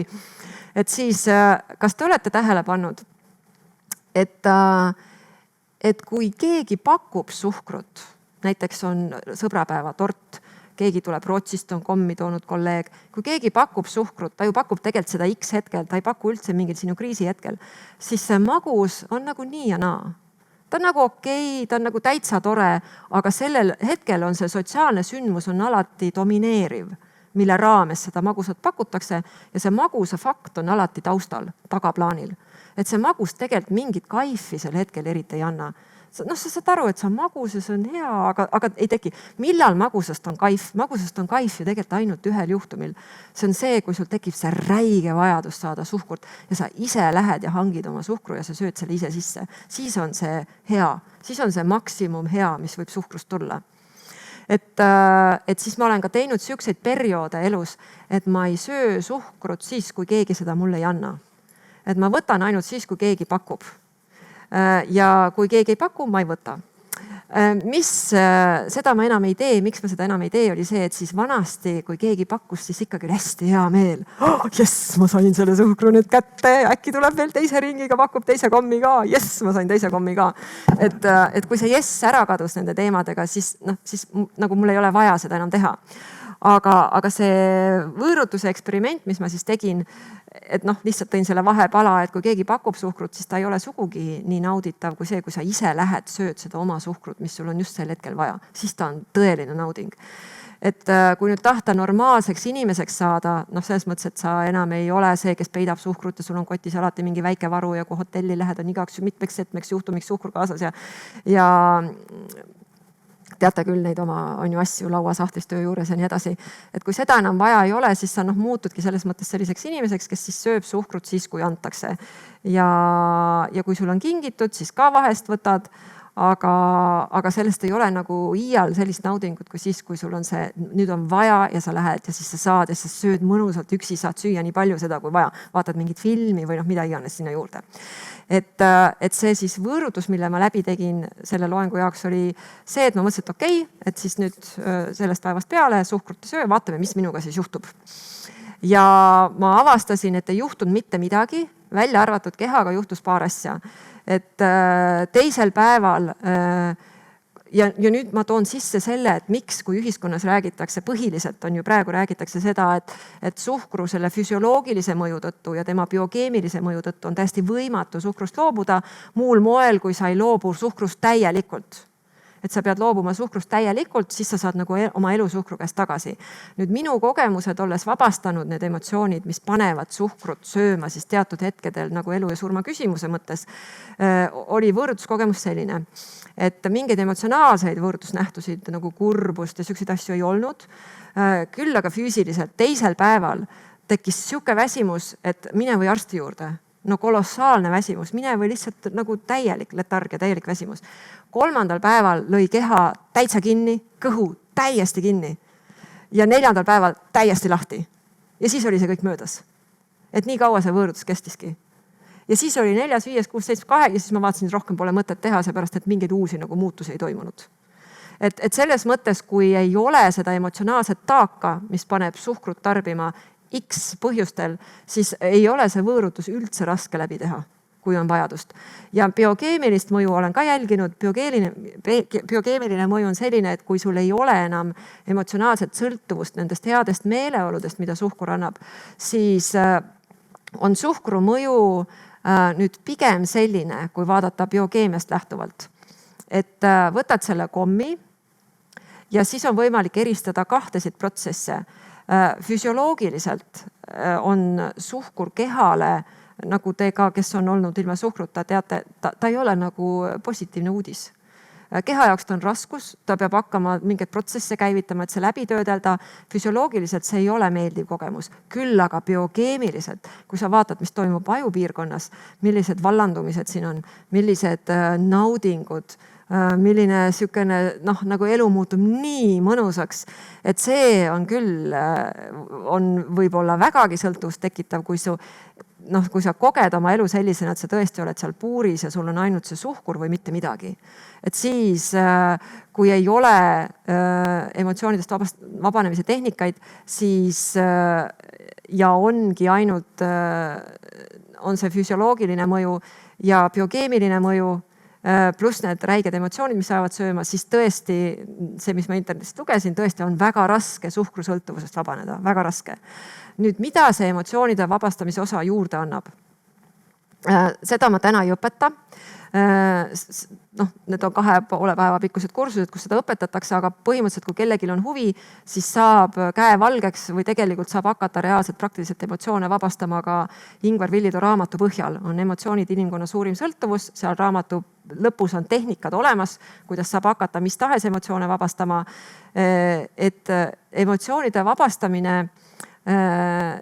ma ütlen nagu oma kogemuse põhjal ausalt ka, et see ei ole nagu väga lühike tee ja see ei ole ka selles mõttes käkitegu päris. Aga kui saab need emotsioonid süsteemist välja, siis ei ole võimalik enam selline asi, et sa oled 2 aastat ilma suhkruta ja siis toimub su elus mingisugune krahh või kriis või stress ja sa lähed ja sööd selle hunniku šokolaadi ära. See lihtsalt ei ole enam võimalik. Ja siis emotsioonide vabastamine esiteks annab sulle võime hakata paremini eristama neid 3 liiki protsesse üksteisest. Sa hakkad saama aru, mis on seotud füsioloogiliste muutustega. Näiteks täna ma ütlesin, et mina söön ikkagi suhkrut, siis ma ei söö nii palju, et need kõikumised oleks sellised, hästi drastilised üles-alla. Pigem ma söön siis niimoodi, et need kõikumised on hästi väiksed. Ja ma ise jälgin neid kõikumisi ja ise hoolitsen selle eest, et need kõikumised ei läheks väga järsuks. Ehk ma siis ise hoolitsen oma füüsilise keha heaolu eest.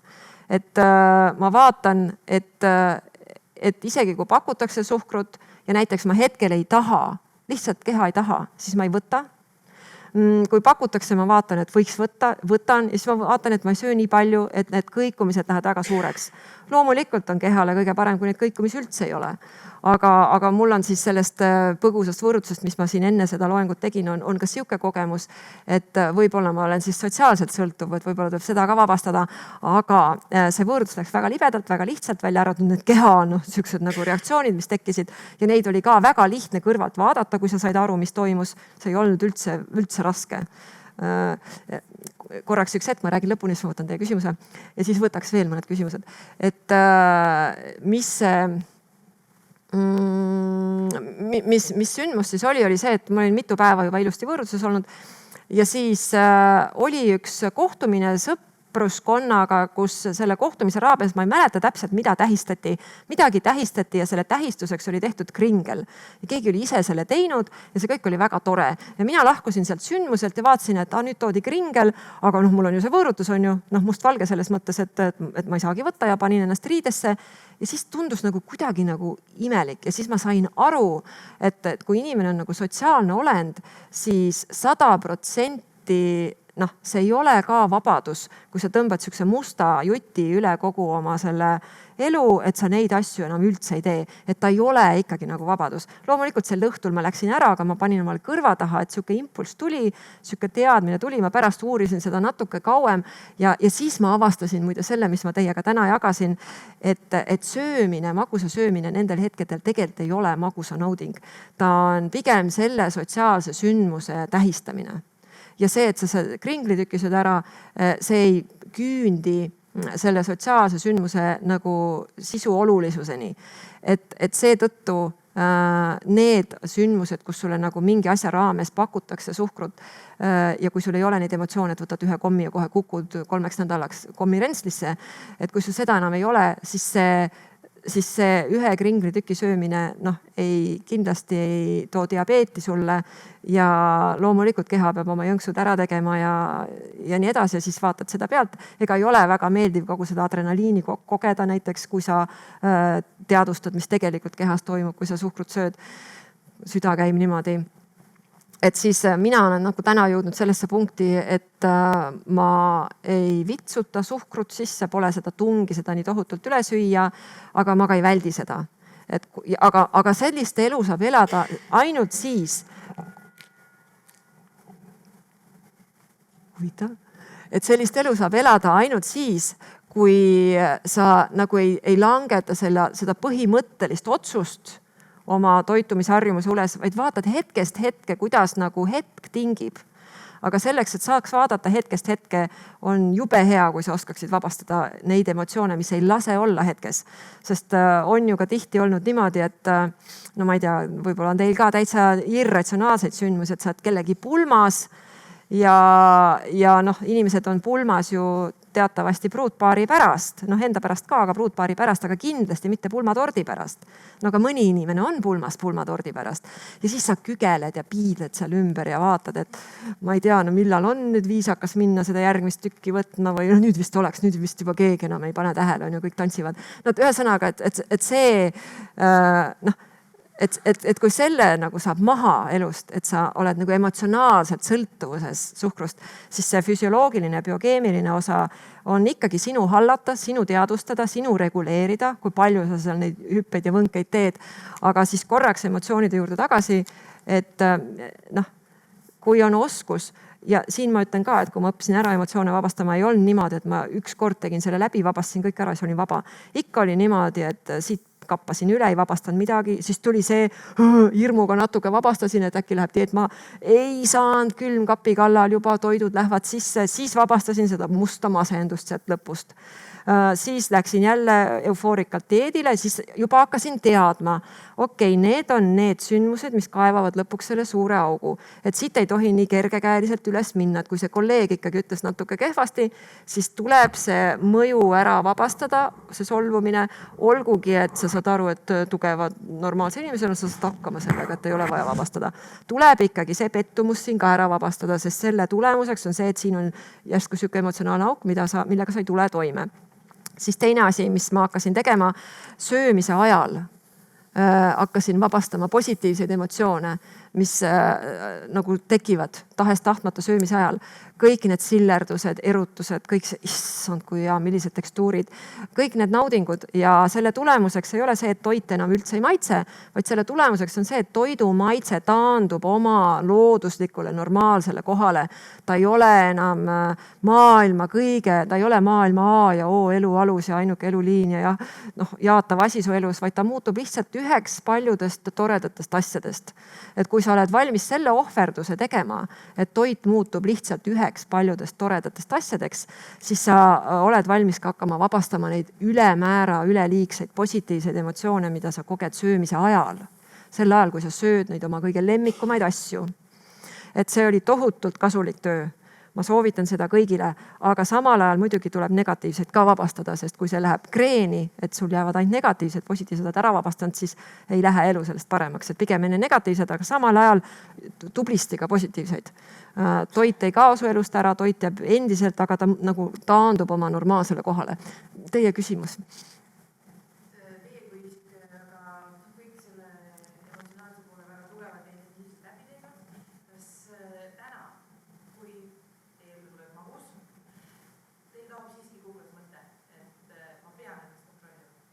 ei, selle kontrolli ma vabastasin ära kõigepealt bulimia, siis ülesöömise ja siis piiramise. Seda on praegu võib-olla isegi natuke raske mõista või müstiline mõista, sest tegelikult kui sa oled nii kaua nagu söömisega võidelnud, siis tundub täiesti võimatu mitte kontrollida söömist. Ja söömist hakkab siis kontrollima üks hoopis teine mehhanism. 2 teist asja ja ma selgitan, mis asjad need on. Näiteks kui see torditükk tuleb minuni, siis ma kõigepealt vaatan oma keha olukorda, vaatan, kas sinna põhimõtteliselt mahub midagi praegu normaalses mõttes. Alati ei, muide ei. See on nüüd tegelikult järgmise loengu teema, aga kehal, see on järgmise loengu teema. No kehal on nagu oma hästi looduslikud vaikse häälega väljendatavad piirid. See oli minu jaoks täielik müstika, kui ma selle avastasin. Varem oli niimoodi, et kapates hobusega üle piiri, no nii, et maa must pole mingit piiri. Täpselt see kogemus. Aga kui ma vabastasin need emotsioonid, mis selle hobuse selga viskavad, vabastasin ära, siis ma hakkasin vaatama, et sa nagu asud mõnusalt toidu kallale. Vaatad nii palju head toite, vahest pannakse väga suur ports, ka ju keegi paneb väga head toite, väga suure portsu, hakkad sööma ja siis tekib keha sees see imeväike, siuke väike signaal, et mul on kõik. Kehal on nagu kõik ja ongi kõik. Ja kui sa sealt edasi sööd, kaob toidu maitse ära. Vot selline asi hakkas toimuma. Toidu maitse kaob ära. Lihtsalt söö paberit, siis võid süüa paberit edasi, aga põhimõtteliselt maitse elamust sa enam ei saa, kui kehal on kõht täis nii-öelda. Selline asi hakkas tekkima. Ja teine asi, et siis mis ma teen, on see, et ma teadvustan, kas siia põhimõtteliselt nagu, kas see teeb keha, kas kehal nagu hakkaks halvem või parem. Kui ma taban, et siin on tegelikult ruumi on ja polegi seda mingit magusat asja saanud või niisugust mõnusat asja, siis ma söön selle torditüki ära ja kogu aeg teadvustan, kuidas see mõjub. Lihtsalt nagu teadvustan. Ja siis vaatan, et okei, sõin terve tüki ära ja okei, adrenaliin on kohal ja no okei, siis tuleb natuke, ma ei tea, liigutada, sahtrit koristada või midagi sihukest asja teha, sest istuda selle adrenaliini pommi otsas nagu arvuti taga ja mingit tööd, süda lööb nii tükk, see on nagu ka nagu omaette koormus. Et siis teine asi, mida ma teadvustan, on see, et kui see torditükk tuleb, sotsiaalses mõttes, näiteks isegi kui ei ole isu, aga see on seotud kellegi sünnipäevaga ja see sünnipäeval on hetkel näiteks 3 inimest seal laua taga. Ja ma ütlen, et ma ei soovi. Teate, teate küll on ju. No kuidas sa ütled? Saab öelda ja ta võib-olla on juba pähe õppinud, et sa ei söö suhkrut ja ta võib-olla ei pakugi. Aga kui sa põhimõtteliselt nagu elu osa tahad olla, siis sel hetkel ja ma olen söönud neid torditükke niimoodi, et ei ole mingi elukaif. Lihtsalt söön ära, vaatan, päris tore ja jälle sai kõhu natuke rohkem täis ja järgmine söögikord lükkub õnneks edasi. Pole vaja tegeleda söögiga rohkem. Et selles mõttes, ma ei tea, kas ma vastasin teie küsimusele.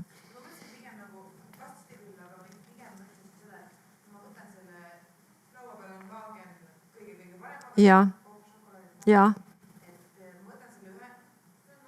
Ja, just.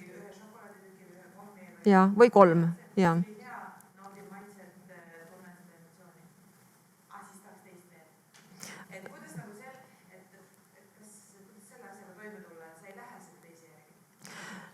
No vot siin ongi nüüd 2 lähenemist, et üks on see, et ei, siin on vähemalt 2 lähenemist, aga üks on see, et tegelikult sa võid selgeks mõelda sel hetkel küll ja sel hetkel sa ei võtagi, aga järgmine hetk sul ei õnnestu selgeks mõelda.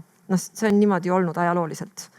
Et siis ongi niimoodi, et sa kas otsustad nagu viimase tahtejõuga lähed sellele jäigale dieedile, et ütled nüüd kõik ei, igale suhkrule ei alati ja juba tead, et siit kausist sa ei võta ühtegi kommi, sest siis on minek.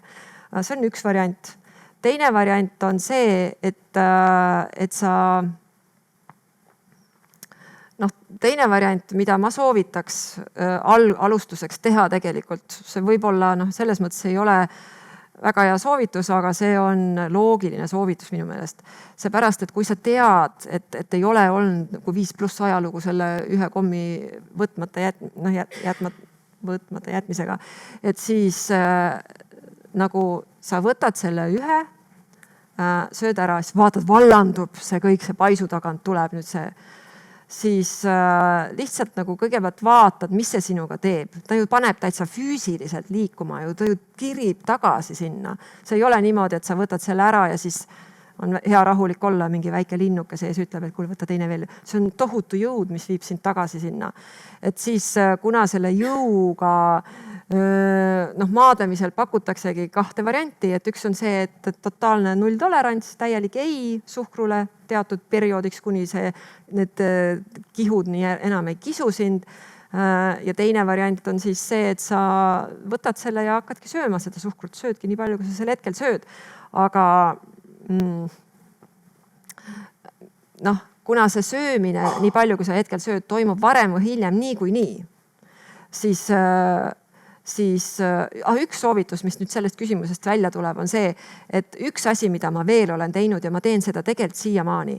Ja ma teen seda siiamaani sellepärast, et ikkagi, ma ka ei saa öelda, et mul on plats 100% puhtaks tehtud, ma ei tea, mulle tundub, et on nagu laias laastus, aga ikkagi, et kui on võimalus mitte võtta, ära võta. Sest kui näiteks sa näed, et sa tegelikult saad jätta ka võtmata, alati ei ole seda võimalust. Vahel on nii, et sul ei ole mingit varianti, sa pead võtma lihtsalt, see tung on nii tugev. Aga kui sul tekib väike õhkõrn võimalus, siis ära võta, see tasub sulle miljoniga pärast tagasi positiivsel moel. Aga mis viga mina olen ka teinud, on see, et eriti kui ma hakkasin emotsioone vabastama, siis ja enam ei olnud see suhkruprobleem nii suur, siis ma ikkagi võtsin.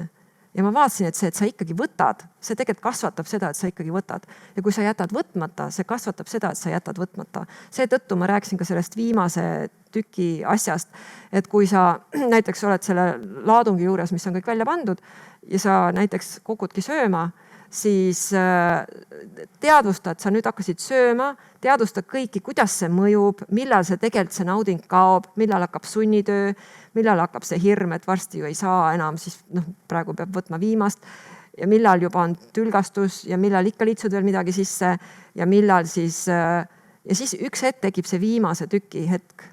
Ma selle veel võtan. Võt see jätta võtmata. See jätta võtmata.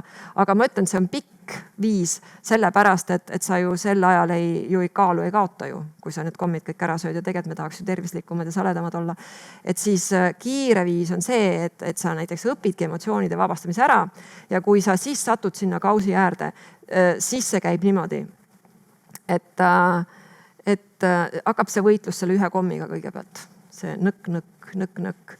Siis vabastad nii palju emotsioone sel hetkel, kui sa saad ja kui sa ei saa, võtad ikkagi niikuinii, võtad selle kommi, sööd ära, siis tulevad kohe need positiivsed, vabastad neid, siis tulevad negatiivsed. Sest näed, nüüd ma hakkasin jälle sööma, enda materdamine, enda sarjamine, see ka kõik vabasta ära kuni järgmise korrani. Et mina vabanesin sellest teemast mitte niimoodi, et ühe korra tegin selle läbi, vabastasin kõik ära ja olingi vaba, vaid ma tegin nii, et neid tsükleid oli veel mitmeid ja iga tsükli pealt ma igalt poolt vabastasin kõike, mida ma sain.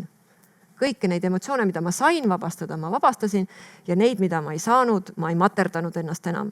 Sest sa muutud realistiks, sa nagu saad aru, et on hetki, kus mina näiteks ei saanudki vabastada. See hetk, kus ma juba elu oli oma probleemidega üle pea kasvanud ja käsi on külmkapi kallal ja ma juba teen lahti, see tegelikult see toit on mul juba kõik sees.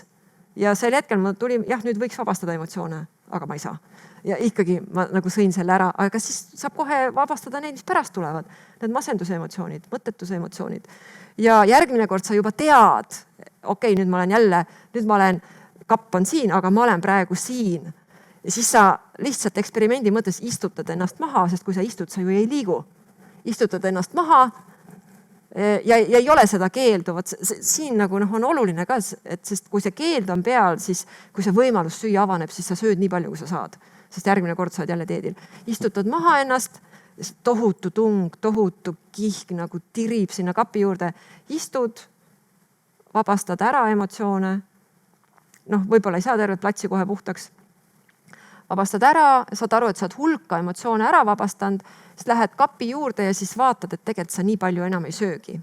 Ja mul on mitmeid naisi, kes on kursused läbinud ja ütlevad niimoodi, et nad enam ei tahagi nii palju süüa. Ja neil on täitsa nagu nõutu olek, et mida siis selle ajaga teha. ja siis see ka, et nagu teevad kapi lahti, nagu tahaks midagi, nagu avastad, ei tahagi midagi. See on uus probleem, et selle probleemiga siis saab niimoodi läbi, et ja mõned ka ütlevad, et siis kaldub üle näiteks nutisõltuvus suureneb, näiteks kui nad avastavad, et nad toidusõltuvus on vähenenud. Me vist peame lõpetama. Okei.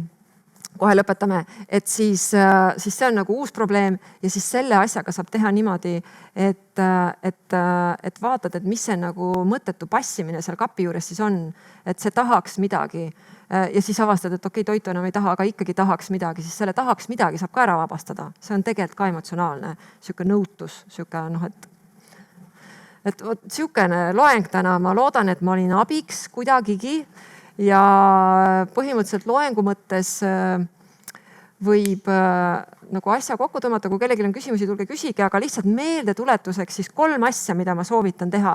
Et üks on see, et sa hakkad teadvustama, et sa ei pane silmi kinni siin, kui sa sööma kukud. Ja tavaliselt söömine on täis puht automaatne, vahest olete pannud tähele, kuidas lihtsalt käsi käib ja sa üldse tegelikult ei vaata, mida see toitsu sees teeb, mis need tungid on, mis sind panevad seda tegema, mis need mõtted toetavad, et sa nagu hakkad teadvustama selle tsükli nagu erinevaid osasid. Siis nendel hetkedel, kus sa puutud toiduga kokku, jäta see viimane tükk võtmata.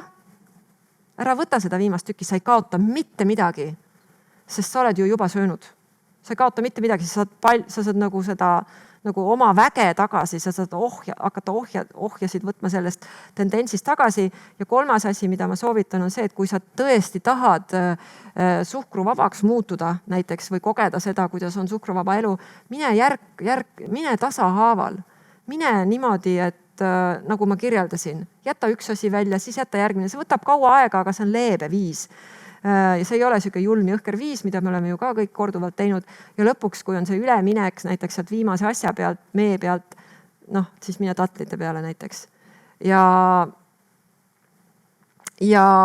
üks asi veel, et jah, noh, 4. on see soovitus, et lihtsalt õpi vabastama emotsioone, et see ei ole ainult suhkrusõltuvuse iga elujuhtumise jaoks hea ja seda saab hakata alguses tegema lihtsalt raamatu abil. Kui teil on küsimusi, ma olen siin, tulge küsige praegu. Kui te tahate pärast Messengeris küsida, siis võite ka mulle kirjutada Aigi Vahing Facebookis, lihtsalt kirjutage. Ja võib-olla teil on praegu küsimusi, sest hetkel keegi meid otseselt välja ei viska. Kui kellelgi on. Ja. Kas te oskate laste koha pealt ka nõu anda, et kui on nagu 7-aastane, kes läheb ikka suhkru nagu doosi kallale reaalselt, et ikka nagu püsikaga võtma? Oi jah. See on nagu nulltolerant siis kodus, et nagu üldse mitte. Aga siis ta on neile pahul kodus, et mujal ta ju saab, on ju lasteajas näiteks magusa. Siis ta kodus ei saa, siis tal on jälle teistmoodi. No lastega on keeruline, näiteks mul on üks, noh, kui kodus üldse suhkrut ei ole, noh, ühest küljest see võib tunduda, et on tore, aga teisest küljest lapsed ju käivad koolis. Et ma ei tea, mul ei ole kahjuks lapsi, et ma ei tea, kui hea variant see on. Noh, pigem ma näen, et kui on teatud laadne mõõdukus, et nagu on, aga noh, samas kui on juba läinud see nagu teelusikaga suhkru söömiseks, siis seal pigem ma vist oskaks soovitada, et äkki rääkida mõne inimesega, kes on läbinud TMK ja kellel on lapsed.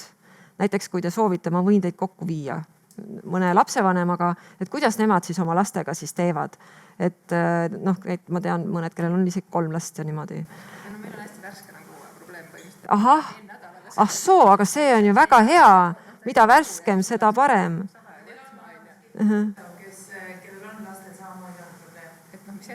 Kindlasti on. Ma võin uurida. Mina olin seal lapsed, kus ma käisin, suure suhkurosiga tundus, et tahaks seda. Siis saad proovida seletada. Ta ütles eile. Kuidas suhkur teeb tal alguses lapsi lõpetamised ära. Saab ise aru, saab aeglaselt saama, et okei, see vist ei ole normaalne, see ei ole. Kirjutage oma e-mail siia, siis ma püüan leida kellegi. Just.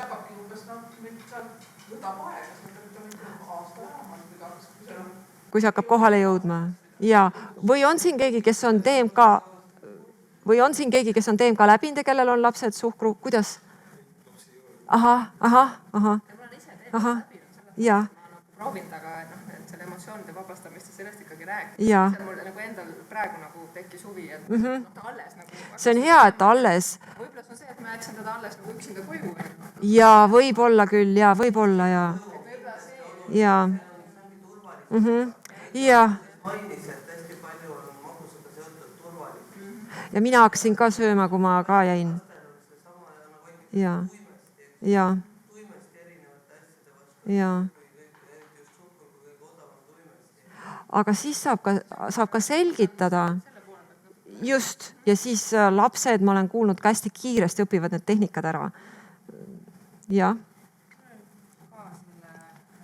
Vennalaps on selline, nagu läheb natukene, võiks öelda, et kergelt, mitte kergelt, vaid ülemeelikuks. Minna väga ülemeelikuks, ja ta enam ei taju seda piiri. Et nagu, kui ta suhkrut saab, ja siis mis ma olen märganud lihtsalt kõrvalt vaadates, et on see, et näiteks, et kui ta nagu saab siis seda suhkrut, või kui ta ei saa seda suhkrut, esiteks ta tunneb ennast tohutult solvununa, et tema nagu on jäetud eemale mingisugusest asjast, mida teised lapsed nagu saavad, ja et tal on nagu siukene nagu suhe tekib sellega, et talle keelatakse midagi, mis tundub nagu oluline, et vend ja vennalaine, nagu nemad ei ole TMK-d läbinud, nad ei ole sellest ka ilmselt praegusel hetkel huvitatud. Et siis täiesti tavaline perejuht, vennalaine nagu ütleb, et suhkur kindel ei on. Ja. No see on võõrutus, see on räige võõrutus. Ja ma näen, kuidas laps on nagu, et ta ei ole nagu päris, ta psüühika ei ole päris korras või et ta nagu ei taju ise ära seda vaata, et mida teha. Ja siis nüüd on natukene edasi läinud asi, et tehakse nagu pruunisuhkruga siis või mingite teiste suhkrudega nagu tehakse nagu torti ja isegi vahel nagu lubatakse talle ühe tordi siis nagu kuskil midagi nagu võtta, kui ta sünnipäeval on, et ta ei tunneks siis ennast nagu nii halvasti. See on ka meeskonnast piiramine. No jah, jaa. Et see ei ole ma olen näinud lihtsalt seda, et see tervislikkuse piir vaata kaob nagu ära. Ja muidugi. Et seal ei ole, see asi ei ole tervislik. Et olgu, kus ta iganes omadega praegu. No jah, tervislik ja ei ole. Et ta mulle on nagu vahel öelnud, et vend palub, et ma hoiaksin talle lapsi, kui nad kuskile naisega üritusele lähevad ja siis ka ta tuleb, ütleb mulle, et tead, ma just sõin kommi. Et niimoodi uhkelt, et ma nüüd tegin midagi, mida ei tohtinud teha. Ja siis ma ütlesin, et okei. Et vaadata, et võib-olla... See on mingi trots ka. Ja.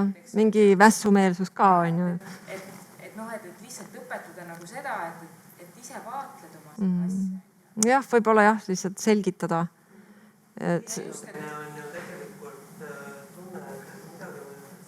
No jah. Selles mõttes, et kui see on mingi seotud mingi negatiivsusega, enamasti on lastel on koolistress, lasteaiastress, niisugused probleemid, siis võib-olla on tegelikult probleem hoopis selles, et äkki koos midagi teha, koos midagi tehes arutada, mis on see, miks see suhkur nii tähtis on või miks ta seda sööb. See asi, see teeb veel seda ka, et ta nagu tekitab mingi ploki vaata ja iga kord, kui sa selle plokini mingil viisil nagu jõuad, et ma tahaks multikaid vaadata, ma ei taha kitarri mängida. Aga tegelikult teab, sest on järgmisel päeval on tund ja siis peab olema asi selge. Aga kui nagu sa oled selle piirini nagu juba jõudnud vaata, siis see on veel valulikumalt, iga kord astud sinna samasse auku. No ja need piirid ju me teame ise ka, mis nad meiega ka teevad, kui me enda peal rakendame. Ma tahtsin korraks küsida, te olete TMK läbinud ja siis kuidas teie kogemus on selle teemaga? Ja. Nojah, mingid siuksed asjad on juhtud, mida ma ei osanud oodata, et elus on võimalikud. Näiteks, et mina võin süüa magusat ja võin ka mitte süüa magusat. Ja ei toimu midagi, ei toimu kaalutõusu, mingit suhkruhullust, mitte midagi. Täitsa müstika. Ja.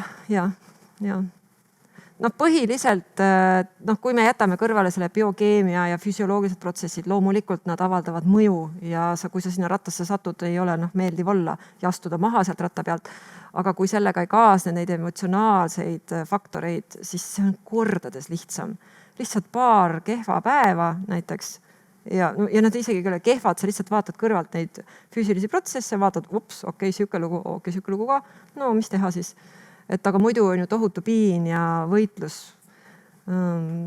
kui tundub, et need asjad on kõik üks ja seesama, et on üks suur hunnik midagit, millega sa püüad maadelda ja see on see põhjus ka, miks öeldakse, et suhkrusõltuvust hästi raske vabaneda, sest seal ongi mitmed faktorid korraga töös. Aga siis tänan omalt poolt, aitäh, et te tulite ja kui kellelgi on veel küsimusi, siis ma olen siin veel natuke aega.